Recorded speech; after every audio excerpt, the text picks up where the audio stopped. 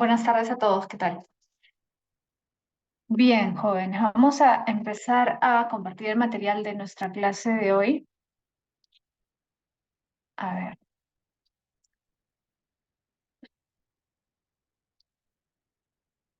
hoy día nos toca ver el tema de nociología, ¿ya? Que es un tema clásico dentro de las preguntas de exámenes de admisión.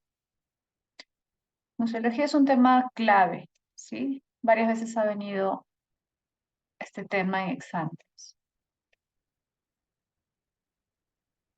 A ver, ahí va a aparecer seguramente.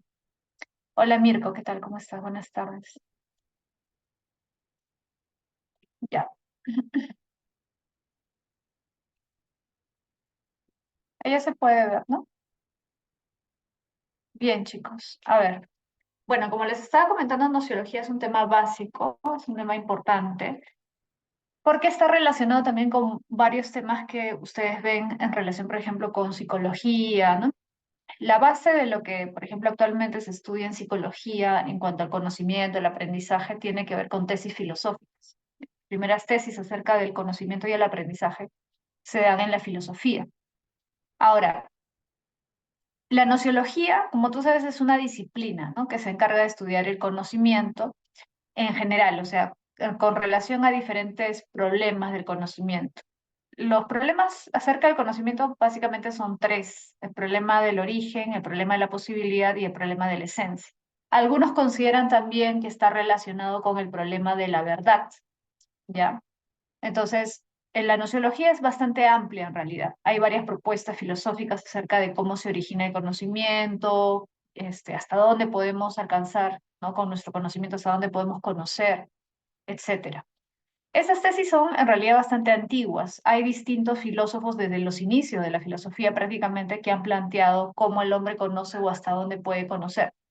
Entonces vamos a ver acá de manera bien esquemática para que no sea demasiado, digamos, abundante la información, que sea más concreta, más clara. Vamos a usar esquemas, ¿ya? Estos esquemas nos sirven para resumir, digamos, las ideas más importantes acerca de estas tesis. Ya, por si acaso, esta clasificación, que es la que normalmente se enseña a nivel preuniversitario, esta clasificación en realidad es una clasificación que realiza Kant. No de esa forma, no con esquemas, pero digamos que sí establece él ese orden en su obra, ¿no? Recuerda que la obra más importante que escribe Kant es la Crítica de la razón pura, donde precisamente lo que él hace es una crítica al racionalismo y al empirismo, a ambos.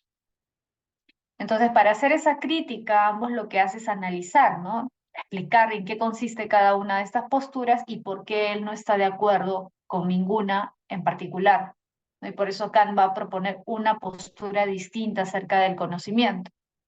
Entonces, todo lo que vamos a ver ahora de alguna forma refleja la clasificación que hace Kant acerca de los problemas del conocimiento y de las tesis acerca del conocimiento.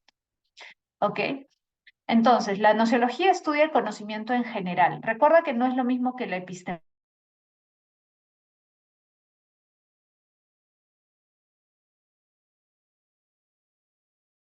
estudiar filosóficamente el conocimiento del conocimiento en general.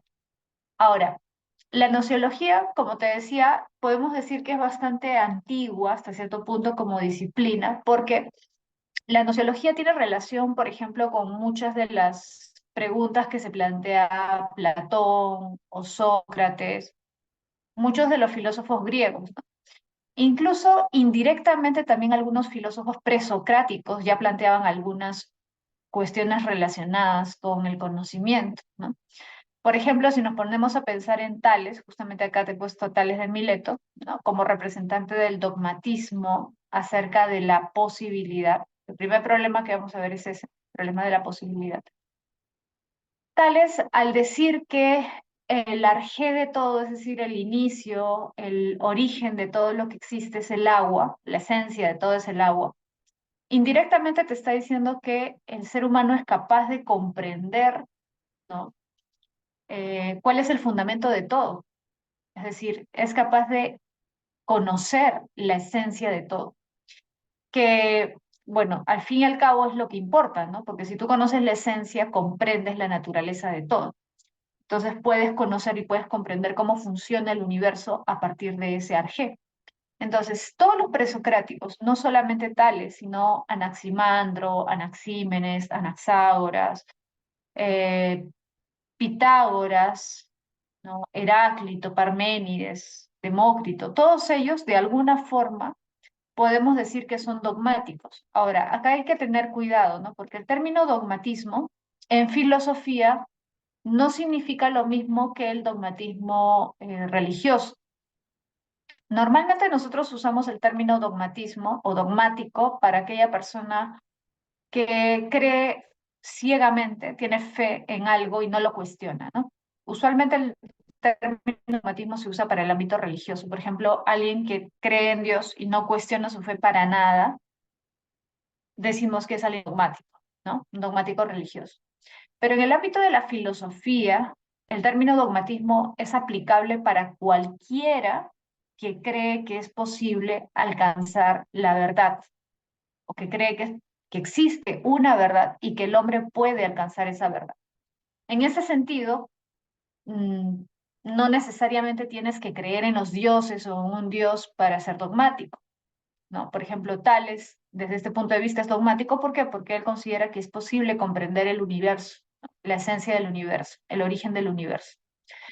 Todos los presocráticos serían dogmáticos. Platón, obviamente, sería dogmático, ¿no? Porque Platón también cree que hay una realidad esencial, que es la que pertenece al mundo de las ideas, y el hombre es capaz, con esfuerzo, pero es capaz, si se guía por su razón, de llegar a conocer esas esencias, ¿no? Esas ideas. Aristóteles también es un dogmático, porque para Aristóteles la filosofía es una ciencia, es un conocimiento que nos permite comprender cuáles son los primeros principios y las primeras causas de toda la realidad, hasta el punto de que recuerda que en su obra más conocida, La Metafísica, dice que esa primera causa de todo es como un motor inmóvil, ¿no? Que mueve todo y que no es movido por nada. Y a ese primer motor le da la categoría de Dios. Entonces, desde ese punto de vista también es un dogmático y por eso mismo es que en la Edad Media van a considerar a Aristóteles como un precedente de, digamos, de la idea de Dios, ¿no? De la idea de que hay un único Dios. Entonces, Aristóteles desde esa perspectiva también es un dogmático, ¿no? Hay muchos filósofos que se podrían considerar dogmáticos. Descartes es un dogmático, sí, porque él cree que la razón es la herramienta que nos puede llevar a alcanzar certeza, que es la fuente de toda certeza, de toda verdad. Hegel también es dogmático. Varios filósofos pueden considerar que son dogmáticos. Incluso hasta cierto punto podríamos decir que Marx es un dogmático, porque él cree que la realidad es dialéctica y que digamos, la realidad, al tener una dinámica dialéctica, necesariamente tienen que ocurrir ciertas cosas en ella para que se cumpla esa dialéctica. Es decir, él no cuestiona, no pone en duda esa idea previa, esa especie de prejuicio, entre comillas, que él tiene acerca de la dialéctica. Entonces, tesis filosóficas dogmáticas hay muchísimas. En general, podríamos decir que si una corriente filosófica, una tesis filosófica, una doctrina filosófica plantea que existe una verdad y que esa verdad se puede alcanzar, es dogmática, ¿no? Pero así como existe el dogmatismo en filosofía, también existe el escepticismo, ¿no? El escepticismo es una postura contraria al dogmatismo. El escepticismo plantea que no es posible alcanzar un conocimiento, o que no es posible alcanzar un conocimiento verdadero o un conocimiento seguro acerca de las cosas, ¿sí? Entonces niega la posibilidad del conocimiento. En ese sentido, podríamos decir que el escepticismo, en términos generales, duda acerca de las capacidades del hombre para conocer la realidad, a diferencia del dogmático, fíjate. En el caso del dogmatismo, los dogmáticos tienen una confianza plena en las facultades humanas para conocer la realidad. Esto han preguntado algunas veces en exámenes, ¿no? En exámenes de la presa Marcos, en exámenes también de admisión. Podríamos decir, mira, si los dogmáticos confían en las facultades humanas para conocer la realidad, podríamos decir que Los dogmáticos son optimistas, ¿sí? Son optimistas, nociológicos.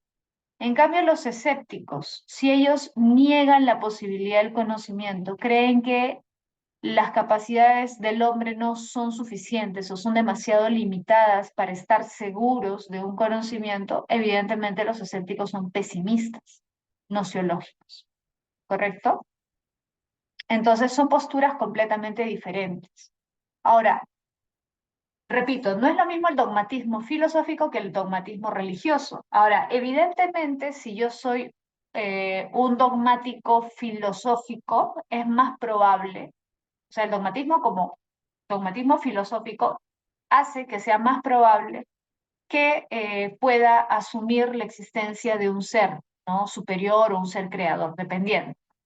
Por eso es que también han habido filósofos cristianos que planteaban que existía Dios y no dudaban acerca de la existencia de Dios. Eso no significa tampoco que no trataran de justificarlo racionalmente, sí. Trataban de justificarlo racionalmente, pero igual no lo cuestionaban, digamos, ¿no? Entonces, son cosas diferentes, pero podrían estar relacionadas, obviamente, ¿no? Por ejemplo, Tomás de Aquino, que fue un filósofo medieval, o San Agustín, que también fue otro filósofo medieval.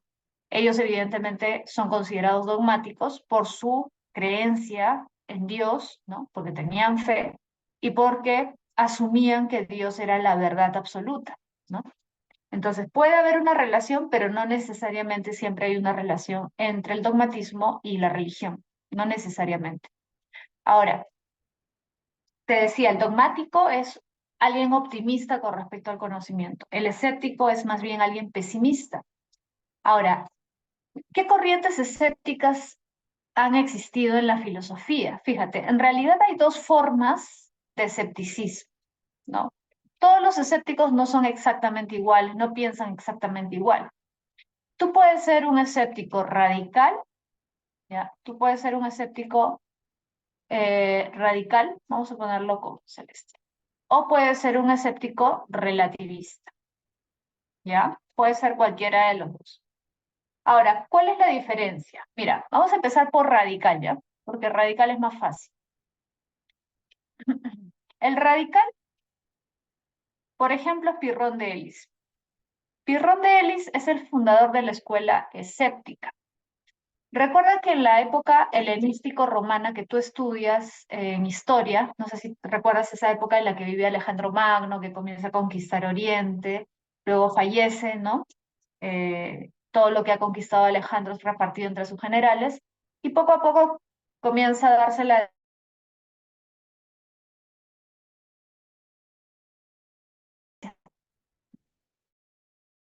¿no? Entonces, todo ese periodo, desde el momento en que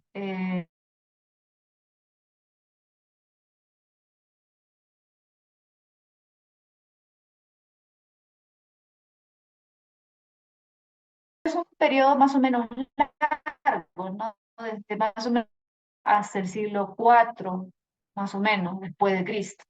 Entonces, unos 500 años, poco más, de, eh, de ese periodo. Ahora, en la, desde la época en que todavía vivía Aristóteles, ¿no? Porque recuerda que Aristóteles fue maestro de Alejandro Magno, desde esa época ya comienzan a aparecer, cuando Aristóteles ya está un tanto viejo, ya un tanto mayor, comienzan a aparecer escuelas filosóficas distintas. Todas tienen en común algo, ¿no? Una de esas escuelas es el escepticismo, la escuela escéptica. Todas tienen en común algo, todas buscan como meta, digamos, alcanzar la felicidad. O sea, todas te proponen cómo deberías vivir, todas te plantean un modelo de vida que tú deberías seguir si es que quieres ser feliz. Entonces, el objetivo de todas estas escuelas filosóficas es alcanzar la felicidad. Y la manera de alcanzar la felicidad, eso varía, pero todas tienen el mismo objetivo. Todas se preguntan exactamente lo mismo. ¿Cómo vivir para ser feliz? ¿Ya? Entonces aparece el escepticismo, aparece el estoicismo, aparece la escuela cínica, ¿sí? Aparece el epicureísmo, ¿sí? Entonces todas estas escuelas quieren o proponen, mejor dicho, formas de vida, ¿no? Un estilo de vida que te permita ser feliz. Y generalmente, ¿qué idea ellos tienen de felicidad? O sea, ¿cómo podría ser o cómo sería feliz? ¿Qué tendría que alcanzar para ser feliz? Para ellos, la felicidad se resume en cosa, acá te lo estoy poniendo en el chat, ¿ya? Lo que ellos llaman ataraxia. ¿Qué significa ataraxia? Significa tranquilidad del alma, ¿sí? O lo que nosotros llamaríamos paz en general, ¿no? Tranquilidad del alma, o sea, del espíritu, de la mente, ¿no? Del cuerpo. Que nada te altere, que nada te perturbe. Por eso también le llaman la imperturbabilidad del alma. Cuando las cosas te perturban, estás preocupado, estás ansioso, estás tenso, ¿no? Si algo, no sé, si estás esperando que ocurra algo y no sabes si va a pasar o no va a pasar, estás intranquilo. Esa intranquilidad evidentemente te hace infeliz.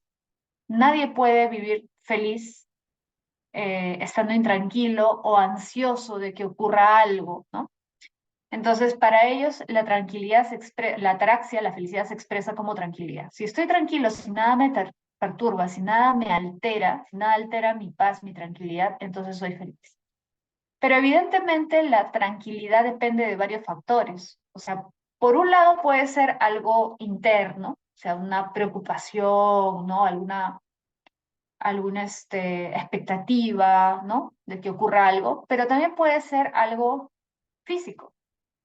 Por ejemplo, una persona que tiene una enfermedad y que le produce dolor, ¿no? Evidentemente no va a estar tranquila, ¿no? El dolor no permite que tú estés tranquilo. Entonces, para los escépticos, ¿no? Es necesario alcanzar esa tranquilidad, pero para ellos no consiste el principal problema tanto en el dolor físico, ni tampoco tanto en una preocupación específicamente. Para los escépticos, lo que provoca la mayor, digamos, lo que es la mayor fuente de infelicidad es el hecho de lo que podríamos llamar la decepción, ¿no? Cuando nosotros sufrimos más es cuando nos decepcionamos de alguien o de algo o de la realidad, ¿no? Cuando, por ejemplo, tenemos expectativas acerca de que ocurra algo y eso que nosotros creíamos que iba a ocurrir no ocurre. O cuando confiamos demasiado en alguien y esa persona nos traiciona. Pero, ¿por qué eso produce dolor? Precisamente porque tú confiabas demasiado. Es decir, para que tú sufras por una decepción, primero tuviste que haber tenido mucha fe o pensado que conocías muy bien a esa persona, por ejemplo. Pero el problema, dirían los escépticos, ha sido tuyo, porque tú has creído demasiado. Es decir, has confiado demasiado en tu conocimiento, en el supuesto conocimiento que tenías de la persona o de las cosas. Si tú hubieras dudado, porque eso es lo que ellos plantean, que es la duda la que nos hace, digamos, eh, no sufrir, ¿no? Si nosotros siempre dudamos, no tenemos expectativas con respecto a las cosas no nos van a decepcionar, pero si nosotros tenemos demasiadas expectativas o confiamos demasiado en las personas, necesariamente nos van a decepcionar. Entonces, para ellos es mejor permanecer en la duda y no estar seguros de nada, a estar demasiado seguros y que la realidad nos decepcione. ¿Te das cuenta? Entonces, lo menciono ¿por qué? Porque a veces no se entiende, ¿no? Tú dices, pero ¿cómo el escepticismo plantea que la duda, porque eso es lo que ellos plantean, ¿no? La duda es lo mejor para ser feliz. A través de la duda yo puedo tranquilizar mi alma. Suena contradictorio, claro, porque alguien diría, profesora, yo no puedo estar dudando y ser feliz, porque la duda más bien me crea pues una intranquilidad. Aparentemente, pero los escépticos te dirían no, porque más intranquilidad te genera la decepción. Pero cuando tú sabes que tu opinión sobre las cosas no necesariamente es cierta, digamos que hasta cierto punto ya está preparada tu mente para recibir cualquier mala noticia. Si tú dudas en todo momento, la realidad no te va a chocar si es que resulta ser negativa. Pero si tú confías y ves en alguien o en algo pones todas tus esperanzas y crees que las cosas van a salir bien y crees que eso es bueno, y al final es todo lo contrario, ahí sí sufres, realmente sufres, ¿no? Tienes un dolor más fuerte. Entonces, para los escépticos es mejor vivir en la duda. ¿Por qué? Además, porque ellos creen que no tenemos la capacidad para estar seguros de nada. Los sentidos nos pueden engañar, ¿no? Muchas veces la gente se deja llevar por las apariencias. Ellos son conscientes de eso. Lo que dice, por ejemplo, Platón o lo que dice Descartes, ¿no? La mayoría de personas se deja llevar por los sentidos, pero todos sabemos que los sentidos no son fiables. Nos dejamos llevar por las apariencias, pero todos nosotros sabemos que las apariencias en algún momento nos engañan. Entonces, no podemos confiar en las apariencias, no podemos confiar en nuestros sentidos, pero tampoco podemos confiar en la razón. Y esa es la diferencia, por ejemplo, con Descartes, porque Descartes, ¿por qué no llega a ser un escéptico? Porque si bien él duda de los sentidos, no duda de la razón. En cambio, los escépticos dudan de las dos, dudan de los sentidos y de la razón. Si ni los sentidos ni mi razón me pueden dar seguridad para creer en algo, entonces no puedo creer en nada, no puedo estar seguro de nada, ¿correcto? Entonces, si no puedo estar seguro de nada, ¿qué estoy planteando? Un escepticismo radical, obviamente. No puedo afirmar nada, no puedo negar nada. ¿Qué significa no afirmar ni negar nada? Significa no, por ejemplo, no decir, Pepito es el mejor candidato. Pepito va a ser un gran presidente, como muchas veces ocurre, por ejemplo, cuando elegimos a un candidato para que sea presidente, ¿no? Hay mucha gente que pone todas sus esperanzas en alguien, en un candidato. Incluso se enemista con su familia, qué sé yo, por defender un candidato. Y luego lo que la realidad te muestra es que ese candidato no era tan bueno como tú pensabas. Entonces, el escéptico te diría, efectivamente, pues, aunque tú creas que lo que dice esa persona es correcto, es coherente, etcétera, jamás vas a poder estar seguro si realmente es una buena persona o es una buena opción o todo lo que te está diciendo es verdad. Entonces yo no puedo fiarme de nada, no puedo afirmar, decir él es bueno o él es malo.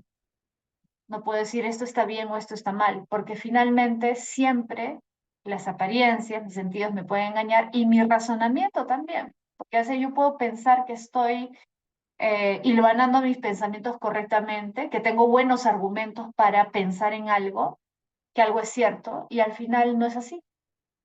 Entonces, no hay forma de estar seguros de nada, ¿sí? Y por eso es que los escépticos hablan de la epogé, que está acá, mira. No es posible conocer la realidad, solo nos queda suspender el juicio. ¿Qué significa suspender el juicio? Epogé. ¿Y qué significa epogé? Suspender el juicio, no afirmar ni negar nada con contundencia. O sea, todo puede ser. Puede que sea como puede que no sea.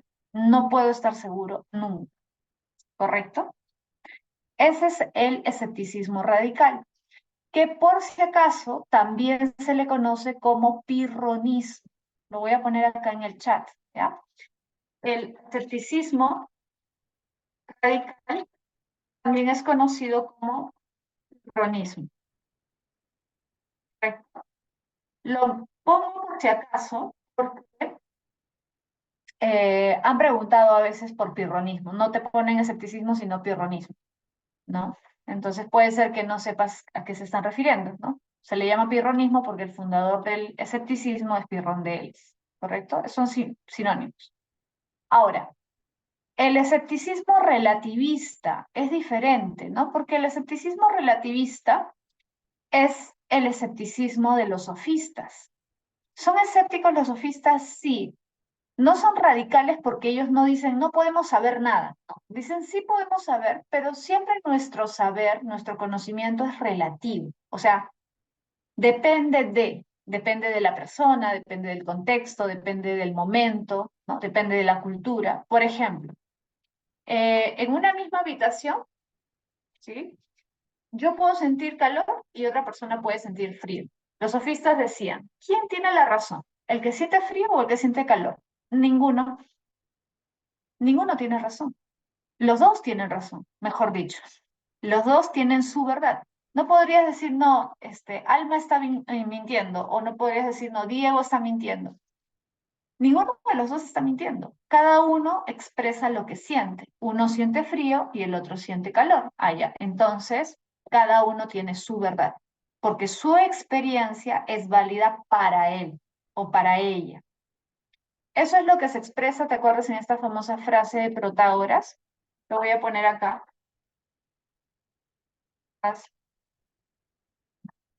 Protágoras dice que el hombre es la medida de todas las cosas, ¿te acuerdas? El hombre es la medida de todas las cosas. Es decir, cada persona tiene una percepción diferente de la realidad. Cada persona experimenta de diferente forma la realidad. Por lo tanto, cada uno de nosotros tiene su verdad. No hay una verdad universal que hay que descubrir, como por ejemplo pensaba Sócrates o Platón.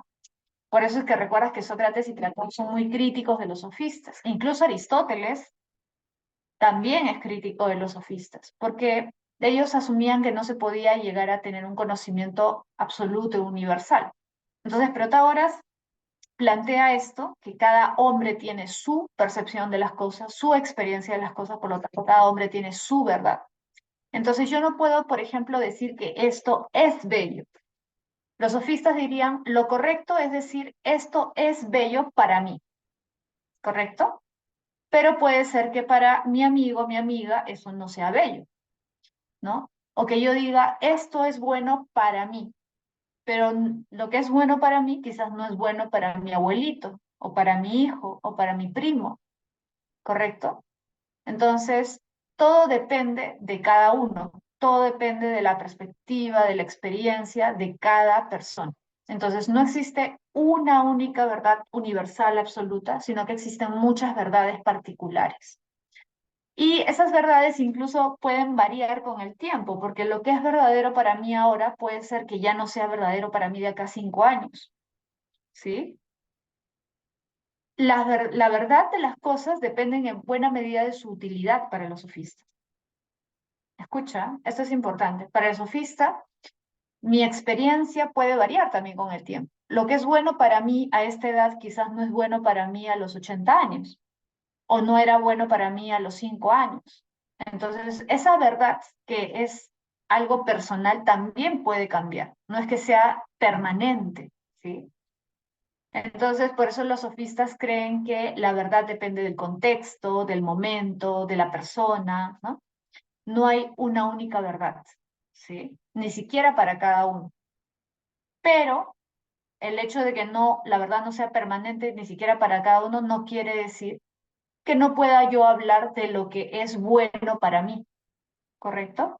Un escéptico que diría, ni siquiera tú puedes decir que con total seguridad que algo es bueno para ti, porque puede ser que te estés equivocando. Eso sería un escepticismo radical. Pero un escepticismo relativista, como el de los sofistas, considera que no. Los sofistas creen que yo puedo ser consciente de lo que es bueno para mí en un momento, pero eso puede cambiar después.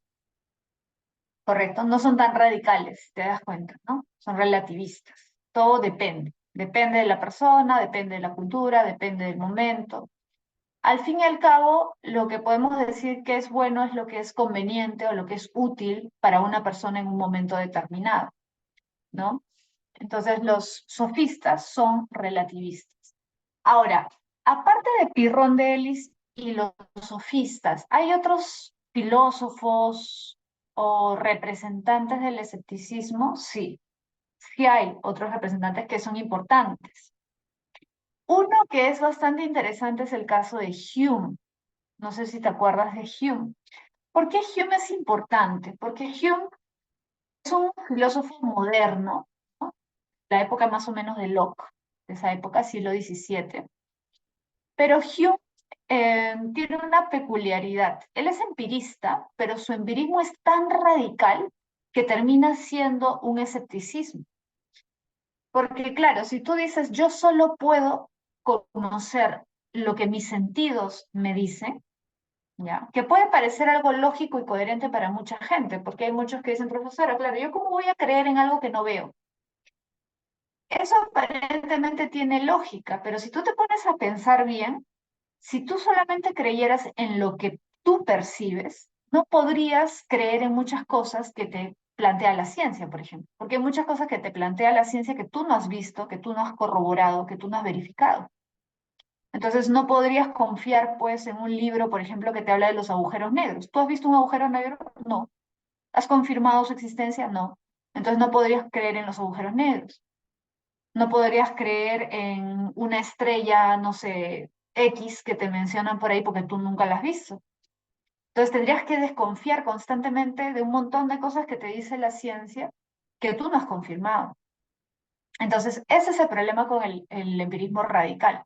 Si tú solo vas a creer en lo que tú percibes, entonces tu conocimiento va a ser muy limitado.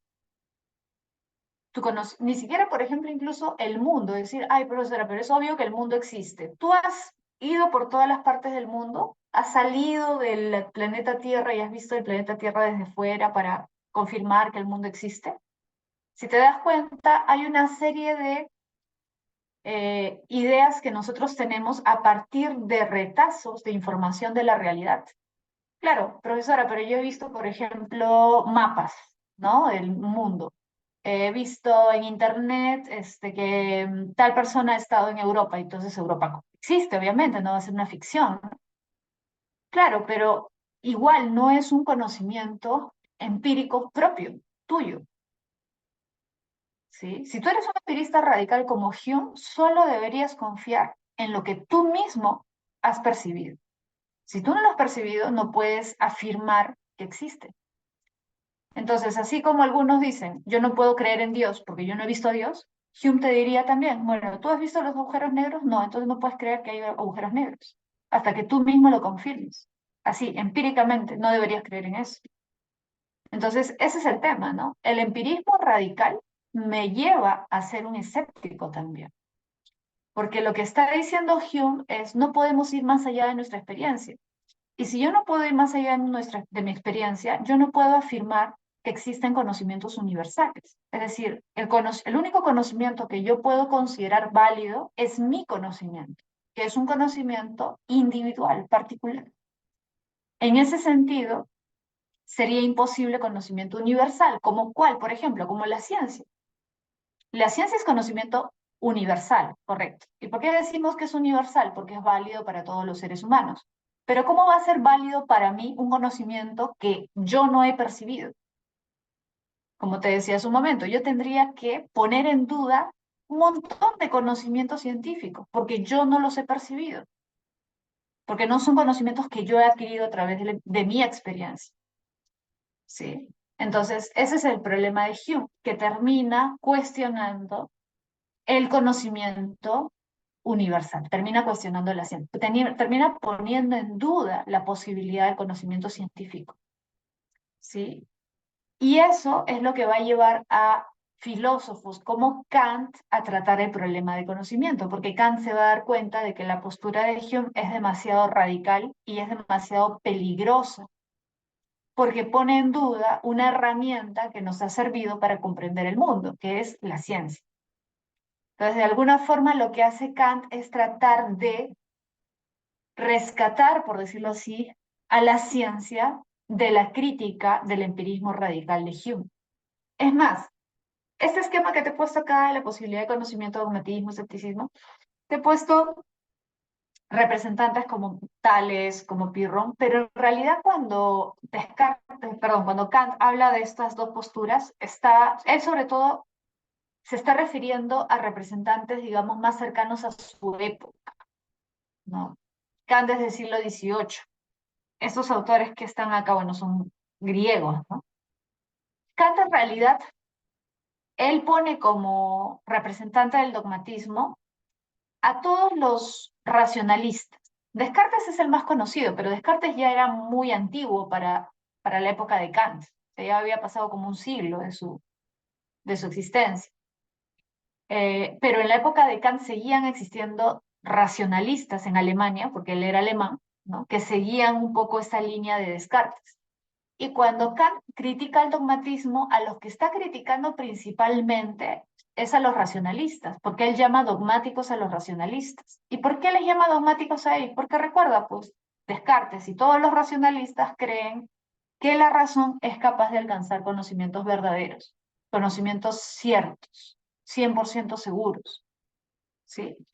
Entonces, cuando Kant hace su crítica a la razón pura, ¿sí? Cuando hace la crítica a la razón pura, lo que está haciendo es atacar el pensamiento racionalista porque lo considera dogmático. Pero en su obra, La crítica de la razón pura, no solamente va a atacar al racionalismo, también va a atacar ese empirismo radical que él se dio cuenta que era bastante peligroso, el empirismo radical de Hume. A ese empirismo también lo va a atacar. A pesar de que Kant reconoce que Hume es un filósofo muy importante. ¿Por qué? Porque Hume se da cuenta de una serie de errores del racionalismo, pero el problema es que se vaya al otro extremo, ¿no? Ya se va al extremo completamente opuesto.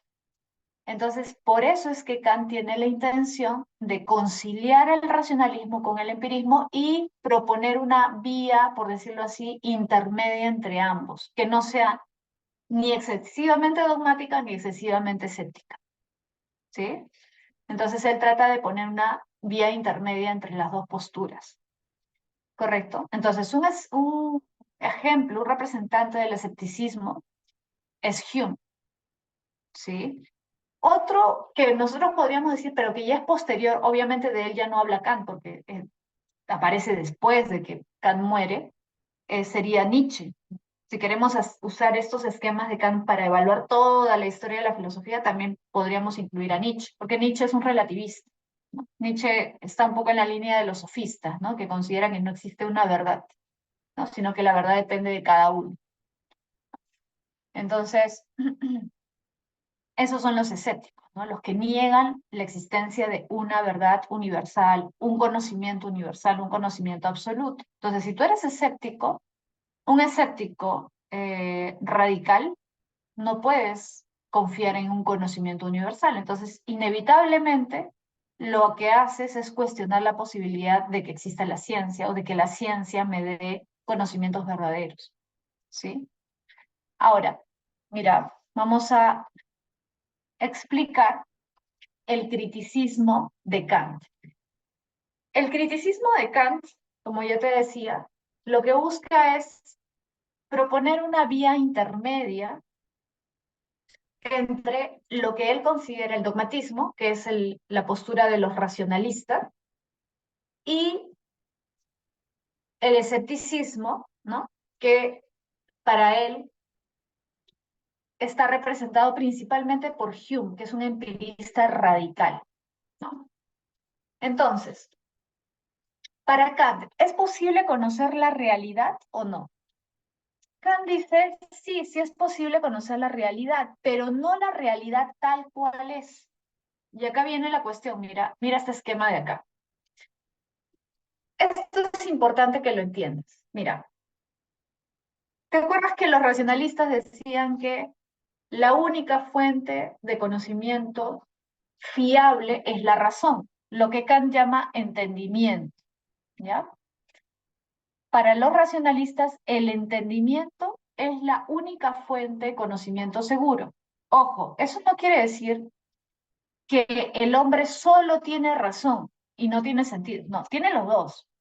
Pero el problema es que como los sentidos nos pueden engañar, ¿te acuerdas de Descartes? Como los sentidos no son fiables al 100%, yo solamente puedo fiarme de la razón para conocer.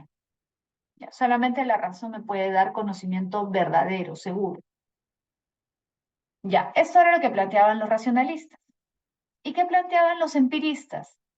Que el problema con Descartes y con los racionalistas es que ellos creen que hay conocimientos innatos, ideas innatas, pero eso es absurdo, porque todo conocimiento tiene que provenir sí o sí de los sentidos.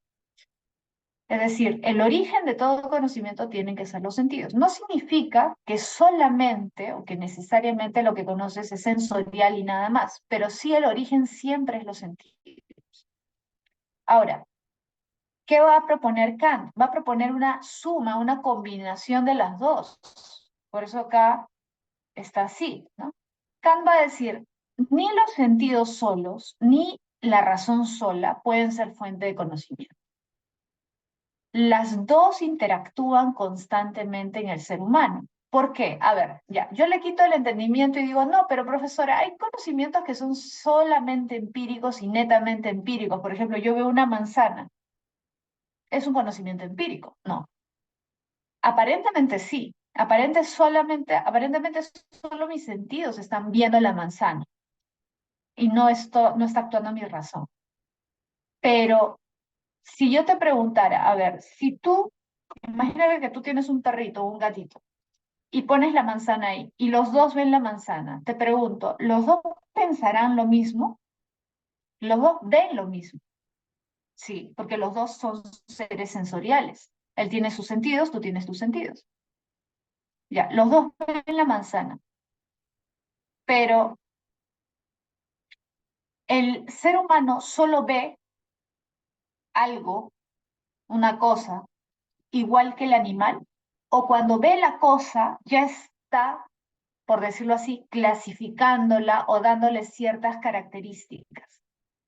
El hombre no solamente percibe, cuando ve algo ya está pensando, ya está actuando su razonamiento, aunque no nos demos cuenta. Entonces, para Kant no hay conocimiento puramente sensorial ni puramente intelectual o racional. Entonces, siempre que nosotros conocemos la realidad, al momento de captar la realidad, le estamos captando empíricamente, pero también le estamos dando un orden. Le estamos, por decirlo así, clasificando dentro de nuestra mente. Entonces, estamos procesando constantemente la realidad. Por eso, a pesar de que un perro, un gato y yo podamos ver lo mismo nos está rodeando, no tenemos lo mismo en nuestra mente. Porque el hombre tiene entendimiento, los animales no tienen entendimiento, no tienen razón. Por lo tanto, el hombre procesa lo que ve y comprende lo que ve de una manera muy distinta de lo que ve o entiende un animal. Nosotros sí entendemos la realidad porque hay todo un procesamiento de ello. Entonces, una cosa es la realidad, fíjate, el noumeno, una cosa es la realidad y otra cosa es cómo nosotros interpretamos la realidad. ¿Qué es el noumeno? Para Kant, la realidad en sí, ¿sí? La realidad en sí misma. Por ejemplo, una manzana en sí misma, ¿ya? Pero cuando nosotros observamos la manzana y pensamos en la manzana, aunque no nos demos cuenta, ya estamos transformando ese objeto para nosotros. O sea, ya estamos haciendo un procesamiento de ese objeto para nosotros, para acoplarlo, moldarlo, clasificarlo dentro de nuestro pensamiento. Entonces, una cosa es la realidad en sí, no menos, y otra cosa muy distinta es el fenómeno, que es la realidad tal como nosotros la comprendemos, como nosotros la procesamos, como nosotros la entendemos, ¿correcto? Entonces, ¿qué es lo que el hombre conoce? El fenómeno. ¿El nómeno el hombre lo puede conocer? No, no puede. ¿Por qué? Porque para conocer la realidad en sí misma, tú tendrías que quitarte tus categorías. Y las categorías son estructuras mentales con las que ya nacemos, son a priori. O sea, no son adquiridas. Y ojo, las categorías las tenemos todos los seres humanos iguales. O sea, son estructuras con las que ya hemos nacido. Entonces no podemos renunciar, quitarnos, es como un chip que ya viene integrado en nuestro cerebro, digamos. ¿Sí? Y la sensibilidad, que son lo que llama Kant las intuiciones, igual. Los sentidos también son, por decirlo así, parte de nuestra programación. Solamente que es la programación física, digamos, con la que llegamos, que son nuestros sentidos. ¿Correcto? Entonces, el hombre comprende la realidad en función de cómo él está diseñado, digamos. Entonces, hace un procesamiento de la información. El hombre no conoce la realidad tal cual es, sino tal como él la percibe y tal como él la ordena por sus categorías, su entendimiento. ¿Sí? Entonces, mira, cuando Kant se pregunta, ¿es posible o no es posible conocer la realidad? Mira, vamos a repasar. ¿Qué dicen los dogmáticos? Dicen, sí, sí es posible. El hombre puede alcanzar un conocimiento absoluto. Los escépticos que dicen, no, no se puede conocer nada o prácticamente nada. O si hay un conocimiento, los relativistas dicen, bueno, es un conocimiento particular, individual, momentáneo, nada más. Kant que dice, ¿es posible conocer la realidad? Depende. ¿A qué te refieres con realidad? ¿Te refieres al noumeno, o sea, a la realidad en sí misma? Si te refieres a la realidad en sí misma, no, no la podemos conocer. Si te refieres a la realidad tal como nosotros la conocemos porque nosotros la hemos modificado, entonces sí. Entonces la realidad en sí, el noumeno, no lo podemos conocer. Lo que podemos conocer es la realidad para nosotros, la realidad adaptada por nosotros, por nuestras categorías y nuestra sensibilidad. Eso sí podemos conocer. El fenómeno, pero no el nombre. ¿Correcto? Ahora, mira lo que dice después. No existen conocimientos, ojo, conocimientos, o lo que también llama Kant ideas, ¿ya? Ideas a priori. No existen conocimientos o ideas a priori. Pero, pero sí nacemos con estructuras, lo que Kant llama categorías. ¿Te acuerdas que te había dicho acá en este esquema? Las categorías son innatas. Nosotros nacemos con categorías, son a priori. El hombre ya viene con ese chip instalado, por decirlo así. Las categorías sí, pero las categorías no son ideas. Las categorías son estructuras mentales, que es diferente. Ideas son contenidos. Estructuras, imagínate que es como compartimentos, ¿no? En nuestra mente, ¿correcto? O como un software, que es como un diseño de programación. Pero ideas ya son contenidos y contenidos nosotros no tenemos a priori. No nacemos con ideas, no nacemos con contenidos, nacemos con estructuras. Eso es otra cosa. Y esas estructuras que él llama categorías, ¿por qué son importantes? Porque las categorías nos permiten ordenar los datos de la experiencia. Por eso te hago esta analogía, es como si fuera un software que me permite procesar información. Las categorías son como un software que procesa la información que me dan mis sentidos. Mis sentidos recogen datos y esos datos son procesados por mis categorías. Entonces, por eso es que no puede haber conocimiento solo con las categorías o solo con los datos. Si pudiera haber conocimiento solo con los datos de la experiencia, entonces los animales conocerían igual que nosotros. Pero ¿por qué los animales no conocen igual que nosotros? Porque nosotros tenemos estructuras, categorías con las que procesamos y le damos un orden a esos datos. Por eso es que los dos se complementan y son necesarios para todo conocimiento. Entonces, no te olvides, para Kant no puede haber conocimiento si no hay una unión de razón y experiencia. La razón sola no me puede dar conocimiento. La experiencia sola tampoco me puede dar conocimiento. Para que haya conocimiento necesito de los dos, ¿correcto? Los dos tienen que unirse. Si no se unen, no es posible el conocimiento, ¿correcto? Entonces, ¿cómo se puede resumir el problema de la posibilidad del conocimiento según Kant? No podemos conocer la cosa en sí, el noumeno no se puede conocer, la realidad tal y como ella es, no. Lo que nosotros conocemos es una especie de interpretación nuestra de la realidad. Eso es lo que él llama fenómeno.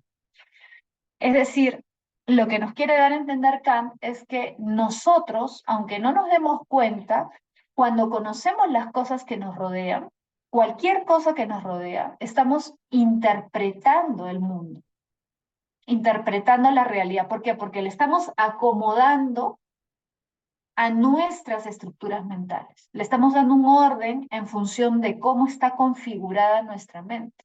Nuestra mente ya tiene una configuración previa. Y lo que hace simplemente es usar los datos para comprender la realidad, pero en función de esa estructura ya previa, ¿sí? Entonces, si te das cuenta, eso es lo importante también, sobre esto a veces han venido preguntas, esto tiene relación con el giro copernicano, pues. ¿Por qué? Porque si el conocimiento humano es una interpretación que nosotros hacemos de la realidad, entonces eso quiere decir que el ser humano es un sujeto activo en el proceso de conocimiento. Es un factor activo, no es pasivo. El ser humano sería, podríamos decir que es pasivo si es que asumimos, ¿te acuerdas de este esquema? Fíjate acá, sujeto-objeto, ¿no? Sujeto-objeto. Entonces, imagínate que esta manzanita que está acá adentro estuviera acá afuera, igualita. Y yo digo, el objeto es la manzana. Y yo veo la manzana y tengo la idea de manzana acá, ¿no? O sea, tengo un contacto con el objeto y ese objeto se representa en mi mente igualito. Si yo dijera que son iguales, si te das cuenta, la idea sería que el sujeto es un tanto pasivo, bastante pasivo, porque su mente, por decirlo así, o su conocimiento se limita a ser una copia exacta, como si fuera una fotocopiadora, y nada más. Pero lo que nos está diciendo Kant es algo mucho más atrevido, porque lo que nos está diciendo es, yo no conozco la manzana tal cual es la manzana, sino que mis sentidos y mi razón, ¿sí?, captan la manzana, pero al captarla y tratar de comprenderla, la están transformando. Entonces, esa manzana que yo tengo en mi mente no es igual a la manzana que está fuera de mi mente. Ahí hay una diferencia. Por eso es que una cosa es la realidad y otra cosa es cómo yo conozco o interpreto la realidad. En este segundo caso, el sujeto sí tiene un papel central, fundamental. Es un factor activo en el proceso de conocimiento. Y a eso es que se le llama el giro copernicano, ¿sí? A eso se le llama giro copernicano, porque el giro copernicano hace referencia a una revolución, ¿no? A una revolución, a un cambio de modelo. Recuerda que Copérnico plantea la teoría heliocéntrica. ¿Qué hace la teoría heliocéntrica de Copérnico? Reemplaza otro modelo, que era el modelo geocéntrico. En el modelo geocéntrico, ¿cuál era el centro? La Tierra. Y el Sol era accesorio, ¿cierto? En el modelo de Copérnico es al revés. Lo central es el Sol y lo accesorio es la Tierra que da vueltas alrededor. Es lo mismo, solamente que ahora en el ámbito de la filosofía, no en el ámbito de la ciencia, en el ámbito de la filosofía, ¿quién realiza una revolución? Kant. Así como Copérnico realizó su revolución en el ámbito de la ciencia, Kant realiza una revolución en el campo de la filosofía. ¿Y qué hace Kant? Lo mismo que Copérnico, cambia el foco. El foco antes estaba centrado en el objeto era lo central, porque se asumía que el sujeto simplemente observaba el objeto y recibía pasivamente la información del objeto. Ahora ya no, lo central ya no es el objeto, lo central es el sujeto, porque el sujeto transforma la realidad, la adapta la realidad a sus estructuras mentales. ¿Correcto? A ver. Hola, Sarawat, ¿cómo estás? A ver, me pregunta, dice Miss, entonces podemos percibir sus características como su forma, color y textura, pero no podemos conocer su existencia más allá de nuestra percepción. Ah, buena pregunta. Mira, claro, yo sé que es un poco confuso esto, porque lo que propone Kant es bastante, parece bastante descabellado, ¿no? Pero, ojo, en realidad cuando Kant dice que el hombre, el ser humano, adapta la realidad a sus estructuras mentales, ojo, no solamente se refiere a lo, digamos, a lo conceptual, sino incluso en el ámbito sensorial. No podemos decir que yo conozco el objeto. Por ejemplo, yo tengo acá mi taza. Yo lo veo y digo, ah, esta taza es amarilla. Ponte a pensar un poquito, ¿es amarilla para quién? Para todos nosotros, profesora, porque todos lo vemos amarillo. Y a todos los seres humanos lo vemos amarillo. Pero yo te pregunto, ¿tú crees que un gato, una mosca, un delfín ven esto amarillo? ¿Verán los mismos colores que nosotros vemos? ¿Verán de la misma forma como nosotros vemos? Por ejemplo, una mosca verá la misma forma que yo estoy viendo acá, el mismo color. No. Los animales no perciben igual que nosotros. ¿Y por qué nosotros asumimos que la manera como nosotros percibimos la realidad es la realidad? En realidad lo que plantea Kant es audaz, pero es cierto. O sea, nosotros no percibimos la realidad tal cual es en ningún sentido, ni siquiera en el sentido sensorial. ¿Por qué? Porque un animal, un perro, un gato, perro, tu gato, no ve la realidad con los mismos colores que tú, con las mismas dimensiones que tú. No la ve exactamente igual. Entonces, ni desde el punto de vista sensorial, ni desde el punto de vista conceptual, racional, nosotros percibimos las cosas tal y como son. O sea, nosotros, aunque no nos demos cuenta, estamos adaptando al mundo a nuestra percepción y a nuestras categorías. Las dos cosas. En realidad son las dos cosas. Nosotros no percibimos las características de la taza. Nosotros tomamos tomamos la taza a partir de nuestros sentidos, pero nuestros sentidos no son los sentidos. ¿Por qué? No son. Son nuestros sentidos. Nosotros adaptamos las cosas a nuestra forma de conocer, empíricamente y racionalmente, las dos. ¿Sí? Entonces, son las dos cosas. No podemos percibir las cosas tal como son empíricamente y tampoco podemos percibir las cosas como son más allá de nuestra percepción. Entonces, las dos cosas, las dos vías, digamos, tanto la empírica como la racional, son adaptaciones de nosotros de la realidad. O sea, nosotros con nuestras categorías y nuestros sentidos adaptamos la realidad para conocer. Es como si yo tuviera un colador, por decirlo así, es una analogía, ¿no? Es como un colador. Yo pongo en el colador, no sé, un montón de cosas y lo voy filtrando, lo voy filtrando, lo voy filtrando. Ya, lo que va a pasar no es todo. Lo que va a pasar va a depender del tamaño de los orificios del colador. Entonces, yo puedo tener un colador con los orificios más pequeños y un perro, supongamos, puede tener un colador con los orificios más grandes. Y lo que pase, lo que se filtre, va a ser diferente. ¿Se entiende más o menos? Entonces, el hombre tiene su propia estructura, su propia forma de percibir las cosas, porque su diseño sensorial, sus sentidos, no son iguales a los sentidos de un animal, de un perro, de un gato, de un conejo, de un león, son diferentes. Entonces, nuestra forma de percibir las cosas es nuestra forma de percibir las cosas. Y nuestra forma de entender las cosas, de clasificarlas, ordenarlas, es nuestra, ¿no? Que depende de nuestra racionalidad. O sea, es nuestra razón la que acomoda la realidad a nuestra comprensión. Pero no es que así es la realidad, ¿sí? Rubén me pregunta, entonces, profesora, ¿la realidad sí es ajena a todos y además la interpretamos siempre a nuestra manera? Ya, buena pregunta, Rubén. Buena pregunta. Justamente el problema es que, claro, si Kant planteara que cada uno interpreta la realidad de una manera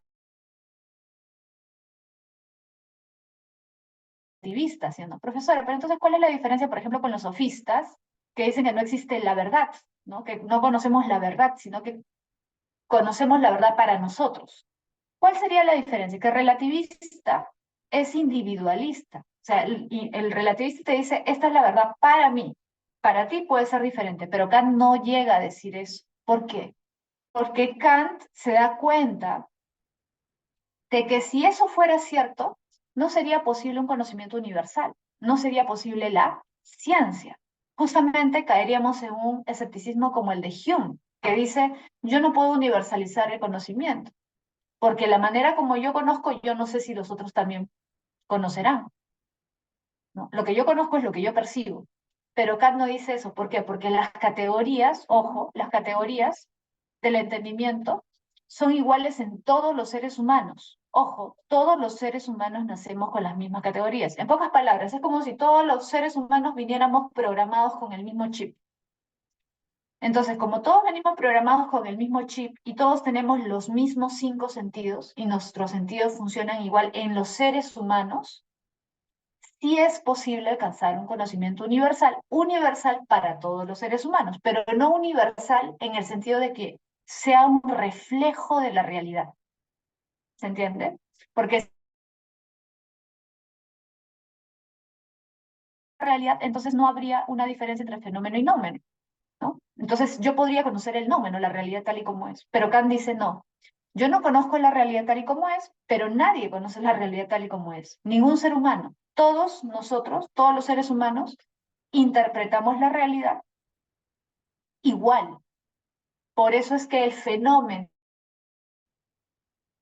que yo conozco es el mismo fenómeno que tú conoces. Es decir, el conocimiento. Tú tienes un fenómeno y yo tengo el mismo fenómeno que tú. Es decir, mi conocimiento de la realidad es el mismo conocimiento que tú tienes de la realidad. ¿Sí? Mi percepción de la realidad es igual que la tuya. ¿Sí? Por eso es posible compartir conocimientos. Por eso es posible que hayan conocimientos universales como la ciencia. Si no, sería imposible. ¿Sí? Entonces, no es interpretación personal, no. ¿Se entendió? No es una interpretación personal, sino que es una interpretación humana. Todos los seres humanos conocemos la realidad de la misma forma. ¿Correcto? ¿Hasta ahí se comprendió? ¿Quedó claro? ¿Sí?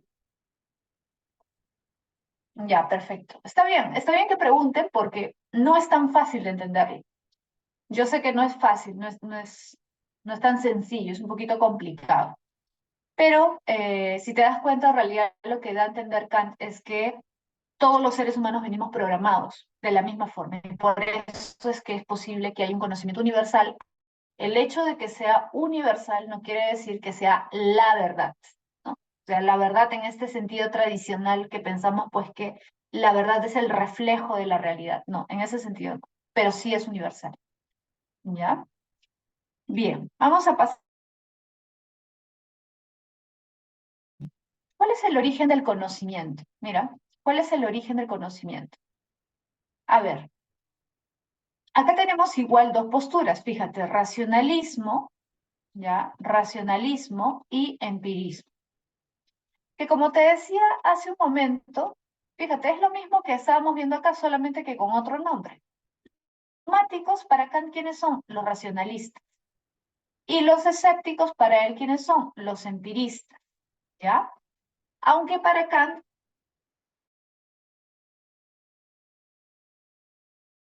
más critica, que es el empirismo de Hume.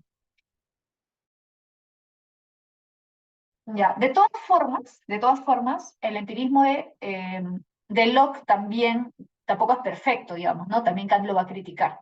Y además acá ponemos a Descartes y a Locke porque recuerda que Descartes es considerado el padre del racionalismo moderno, ¿no? Es padre de la filosofía moderna también, padre del racionalismo. Y John Locke es padre del empirismo moderno, ¿no? Padre del empirismo. Entonces son los dos filósofos más representativos,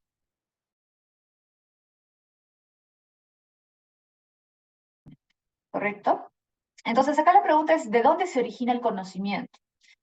Ahora, Descartes, fíjate, para Descartes, la única fuente confiable, la única fuente confiable de conocimiento es la razón, ¿ya? Ojo, Descartes no niega que nosotros tengamos sentidos. O sea, somos seres con sentidos. Obviamente tenemos. Pero ¿cuál es el problema de los sentidos? ¿Te acuerdas lo que dice Descartes? El problema es que no podemos fiarnos de los sentidos, porque los sentidos muchas veces nos engañan. Entonces, a veces podemos creer que algo es cierto o que está ahí cuando no está ahí. Por ejemplo, no sé si alguna vez te ha pasado. Bueno, yo recuerdo porque yo tenía un primo con el que vivía en la misma casa y hasta ahora me acuerdo, ¿no? Él tenía a veces fiebre y deliraba. Constantemente tenía fiebres. Y creía ver cosas, gritaba y todo, creía ver cosas que no estaban ahí, ¿no? Hay ciertas enfermedades o fiebre que te puede hacer alucinar. Y tú puedes estar convencido de que está ahí, lo que estás viendo, y no está, ¿no? O también, por ejemplo, ilusiones ópticas, ¿no? Que puedes tener, no sé, por ejemplo, no sé si te ha pasado alguna vez que vas por la carretera en verano cuando hace mucho calor y a lo lejos ves la pista y pareciera que en la pista hay agua, pero conforme te vas acercando al lugar te das cuenta que no había agua. ¿no? Entonces, nuestros sentidos son muy débiles. Nuestros sentidos pueden ser engañados, sí. Nuestros sentidos nos pueden engañar, sí. Entonces, ¿qué dice Descartes? Yo no puedo confiar plenamente en mis sentidos. Ojo, no significa que mis sentidos siempre me engañen, no.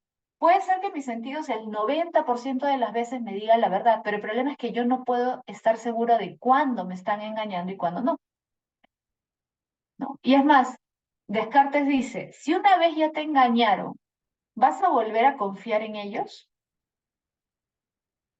No. O sea, sería razonable, sería prudente que vuelvas a confiar en alguien que ya te engañó. No. Entonces, si tus sentidos ya te engañaron y tú eres consciente de eso, ¿por qué vas a volver a confiar en tus sentidos? Sería tonto, ¿no? Entonces, por eso Descartes dice, no podemos fiarnos de los sentidos como fuente para nuestro conocimiento. Entonces, si no podemos recurrir a nuestros sentidos, ¿a qué podemos recurrir? A la razón. La razón para él es la única fuente fiable, ¿correcto? Entonces recuerda que Descartes hace todo un proceso mental que él llama la duda metódica, ¿no? En donde pone en duda una serie de ideas que él dice que nunca se había cuestionado. Por ejemplo, yo nunca me he cuestionado si Dios existe o no. Yo he asumido que Dios existe porque eso me han dicho desde que era un niño, ¿no? Pero ¿por qué? ¿Por qué asumo que es cierto? ¿Qué pasa si fuera falso? ¿No podría ser que sea falso? Entonces Descartes comienza a dudar de todo, ¿te acuerdas? La duda metódica, ¿no? Pero duda de todo con el objetivo de descubrir qué ideas sí son verdaderas. Por eso no es un escéptico, porque el escéptico se queda en la duda y te recomienda a ti que te quedes en la duda. Descartes no, Descartes duda, pero tiene un objetivo claro, alcanzar la verdad. Ese es su objetivo, ¿correcto? Entonces, cuando Descartes empieza a dudar de todo, dice, a ver, si dudo de todo, ¿de qué no puedo dudar? De que estoy dudando. Y si estoy dudando, ¿qué significa? Que estoy pensando. Y si estoy pensando, ¿qué significa? Que soy algo. Porque no puedo pensar y no ser algo. Si estoy pensando es porque soy algo. Entonces, si soy algo, significa que existo, ¿no? Y al momento de analizar qué ideas tiene en su mente, ¿sí? Cuando comienza a pensar qué ideas tiene en su mente, Descartes se da cuenta de que hay ciertas ideas que no tienen una explicación empírica, porque tenemos ideas que sí tienen una explicación empírica. Por ejemplo, tengo la idea de taza, ¿no? Por ejemplo, en este momento si te digo pelota, te digo león, sabes de qué te estoy hablando, porque tienes la idea en tu mente, conoces la referencia en tu mente, el concepto, ¿no? Concepto de pelota, idea de perro, idea de gato, idea de león, etc. Ahora, hay ideas que son de origen empírico, claro, hay un montón, pero para Descartes, recuerda, eso no es tan importante. ¿Por qué? Porque las ideas que provienen de la experiencia no son relevantes o no son fiables. Entonces, esas ideas hay un montón, pero también puedo descubrir otro tipo de ideas que hay en mi mente que no tienen un origen empírico. Por ejemplo, en mi mente existe la idea de lo perfecto, la perfección. Pero la perfección yo la he visto y de ahí he sacado la idea de perfección. No, porque la perfección en la realidad no existe. No hay nada en el mundo que sea perfecto, ¿sí? Igual, por ejemplo, la idea de eternidad. Yo tengo la idea de eternidad en mi mente, sí, pero ¿he percibido algo eterno de donde he sacado la idea de eternidad? No, la eternidad en el mundo no existe, entonces yo no puedo haber sacado la idea de eternidad de la experiencia. Y tampoco puedo haber sacado la idea de infinito, por ejemplo, de la experiencia, porque no hay nada infinito en la realidad. Entonces, ¿qué dice Descartes? Si esas ideas no las he adquirido a través de la experiencia, ¿qué quiere decir? Si no las he adquirido es porque ya he nacido con ellas. Es decir, hay ciertas ideas que son innatas, ¿sí? Hay ciertas ideas para Descartes que son innatas, es decir, que el hombre ya nace con ellas, ¿sí? Ya están como en su mente incorporadas. Pero ojo, estas son ideas, no es como Kant que habla de las categorías, que son estructuras. ¿Ya? Estas son ideas. Entonces, estas ideas ya nacen conmigo, están conmigo antes de toda experiencia, ¿no? Entonces, ¿cómo se le llama a eso? Se le llama innatismo. ¿Ya? La idea de que nacemos con conceptos ya en nuestra mente. Desde que nacemos ya tenemos incorporadas ciertas ideas. Eso es el innatismo. ¿Ya? Es decir, que hay ciertas ideas que no obtenemos empíricamente, sino que ya han venido con nosotros al mundo. Y el que va a criticar, obviamente, esa tesis, esa postura innatista, es Locke, ¿no? Lo más importante de Locke es eso, la crítica al innatismo de Descartes. Por eso es considerado el padre del empirismo moderno. Entonces, ¿qué dice Locke? Locke dice, el conocimiento surge del contacto con la realidad a través de los sentidos. Es decir, todo todo conocimiento parte de la experiencia.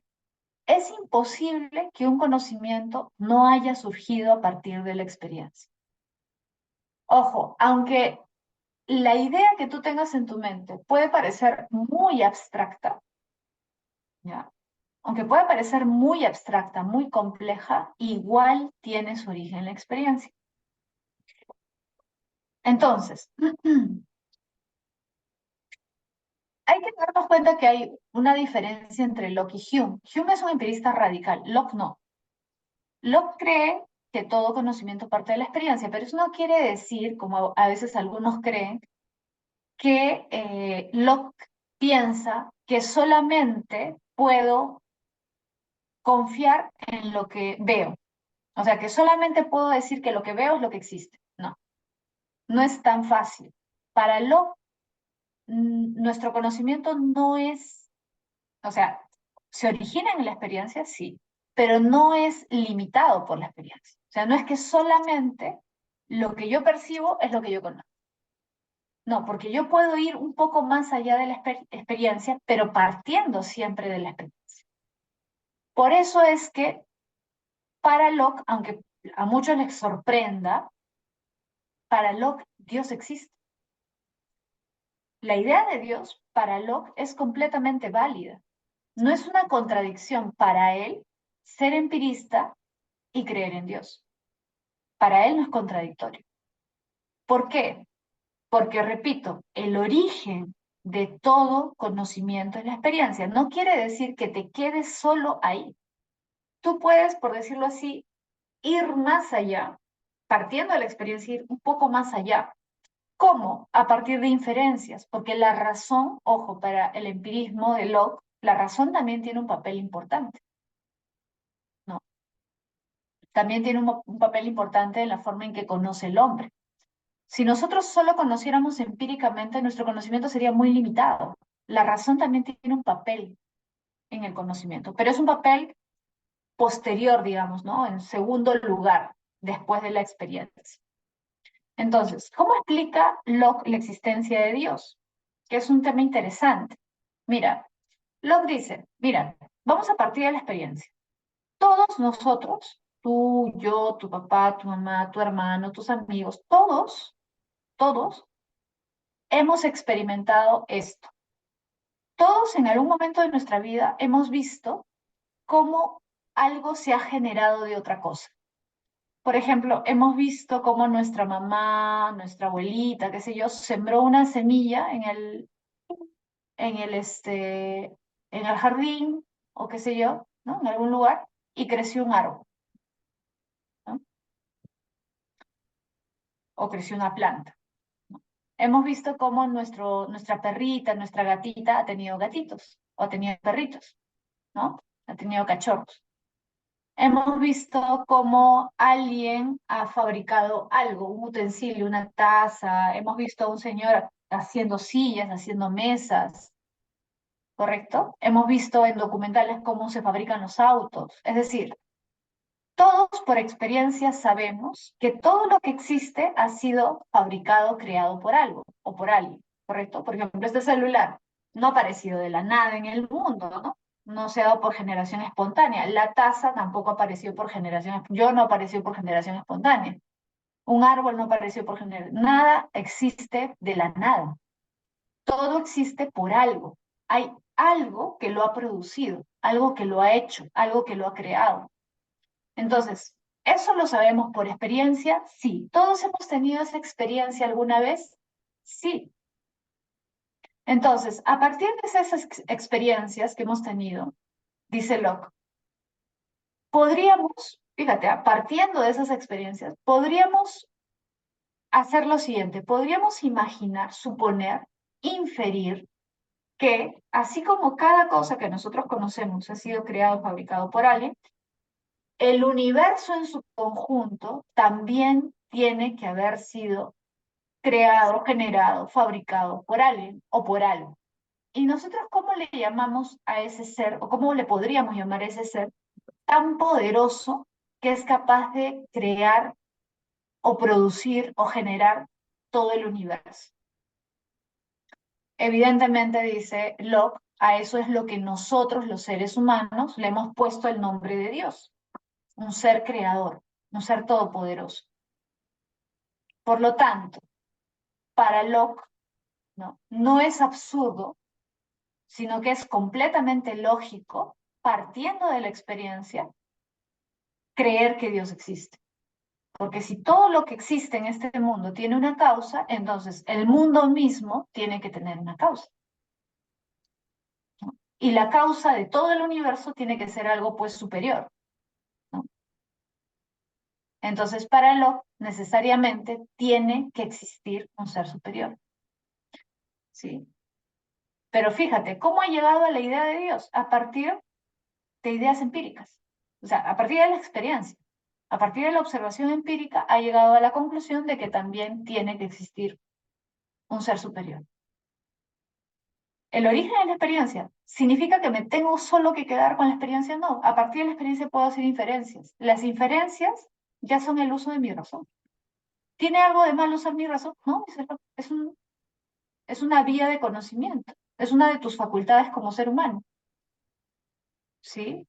La cuestión es que no creas en Dios, porque ya nací con la idea de Dios en mi mente, ¿no? No es que creas en Dios porque has nacido con la idea de Dios en tu mente, sino porque a partir de la experiencia tú has descubierto que todo tiene que tener una causa. Entonces el universo, el mundo también tiene que tener una causa. Entonces tiene que existir una gran causa, un gran ser que haya creado el mundo. ¿Te das cuenta? Ahora, como te decía, lo que critica Locke a Descartes es esto del innatismo. Esto es lo que para él no tiene sentido. Es decir, para John Locke sería imposible pues decir que yo he nacido con la idea de Dios, porque en ese caso la idea de Dios sería innata, pero Locke dice no, la idea de Dios no es innata, la idea de Dios es adquirida. ¿Adquirida cómo? Por experiencia, pues, como ya te expliqué, ¿no?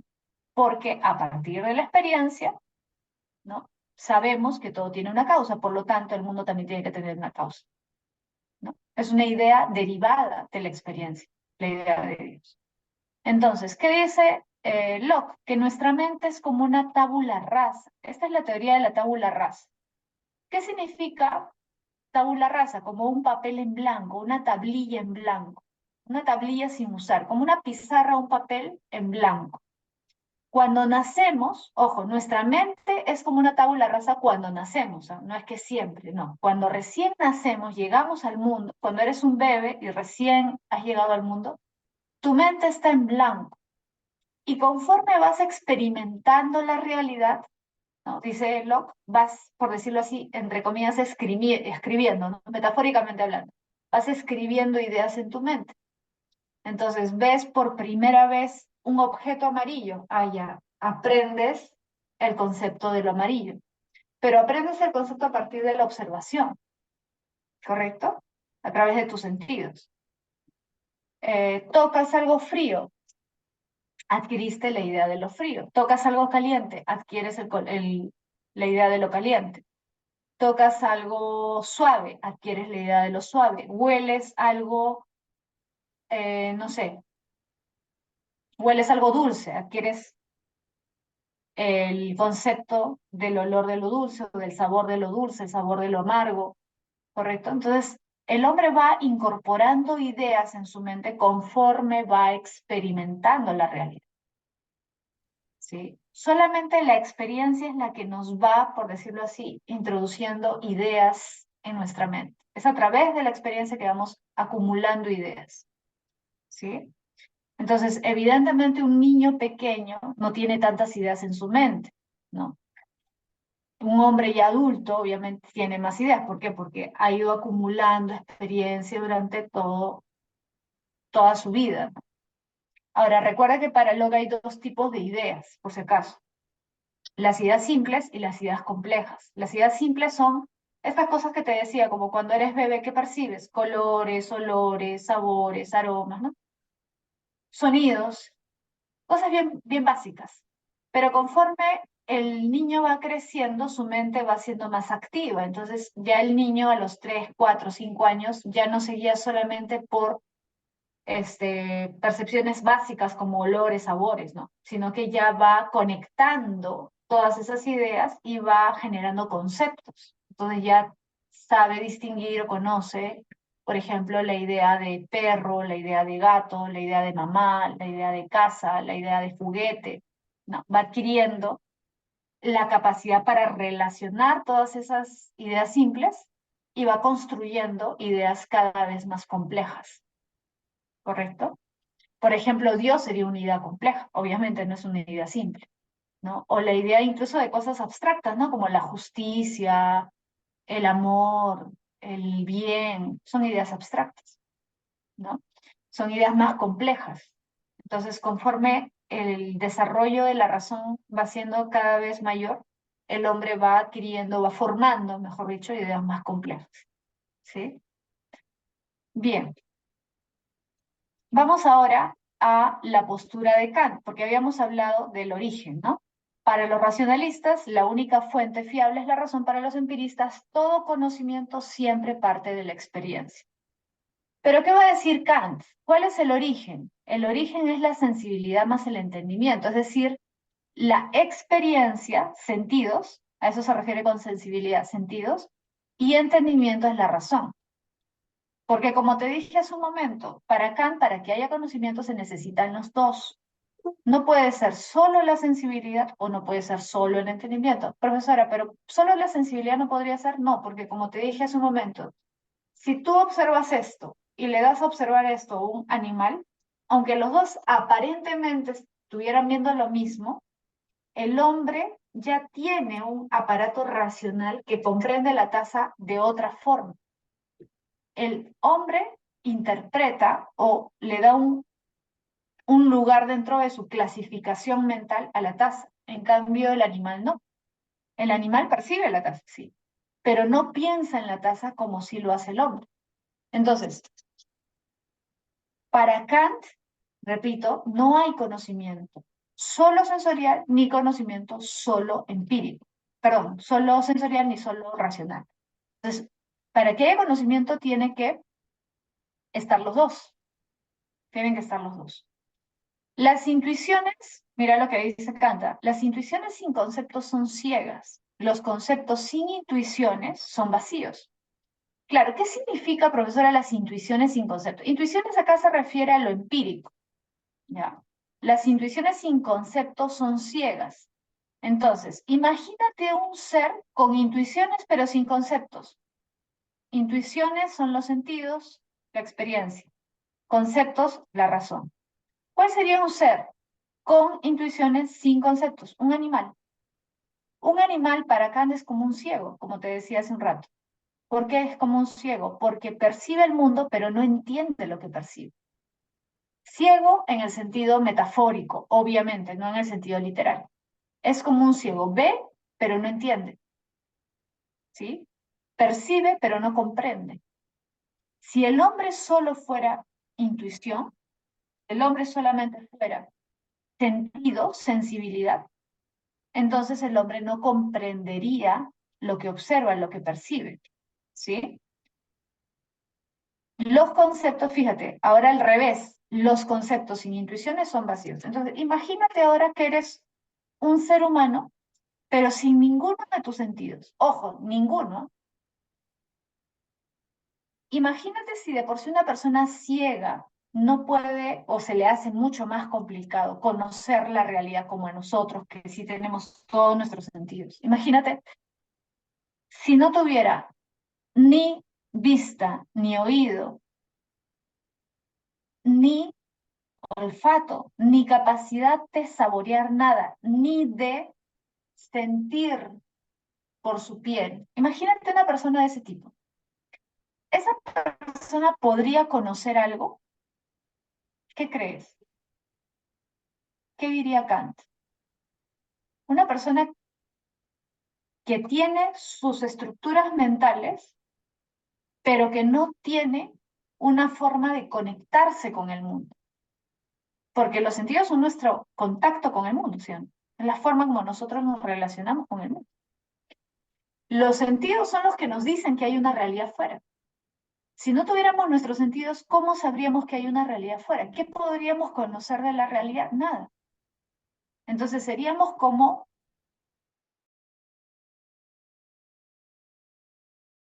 por decirlo de alguna forma, eh, como una máquina que no se usa, ¿no? Así como si fuera una fábrica donde nadie trabaja. Están ahí todas las máquinas muy bonitas, pero paralizadas. Igualito, ¿no? Tu razón no tendría con qué trabajar, porque no tendría datos que procesar. Entonces, por eso para Kant no puede haber conocimiento solo a partir de la sensibilidad, ni solo a partir de la razón. ¿Sí? Por eso dice, los conceptos y intuiciones son vacíos. Es como una fábrica que está parada. Tienes toda la maquinaria, pero no alimentas la maquinaria. No le das nada para que trabaje, ¿no? Sería imposible el conocimiento. Ahora, acá abajo dice, los objetos nos vienen pues dados mediante la sensibilidad. Ahí está, ¿no? ¿Por qué hablamos de los objetos? Por ejemplo, una taza.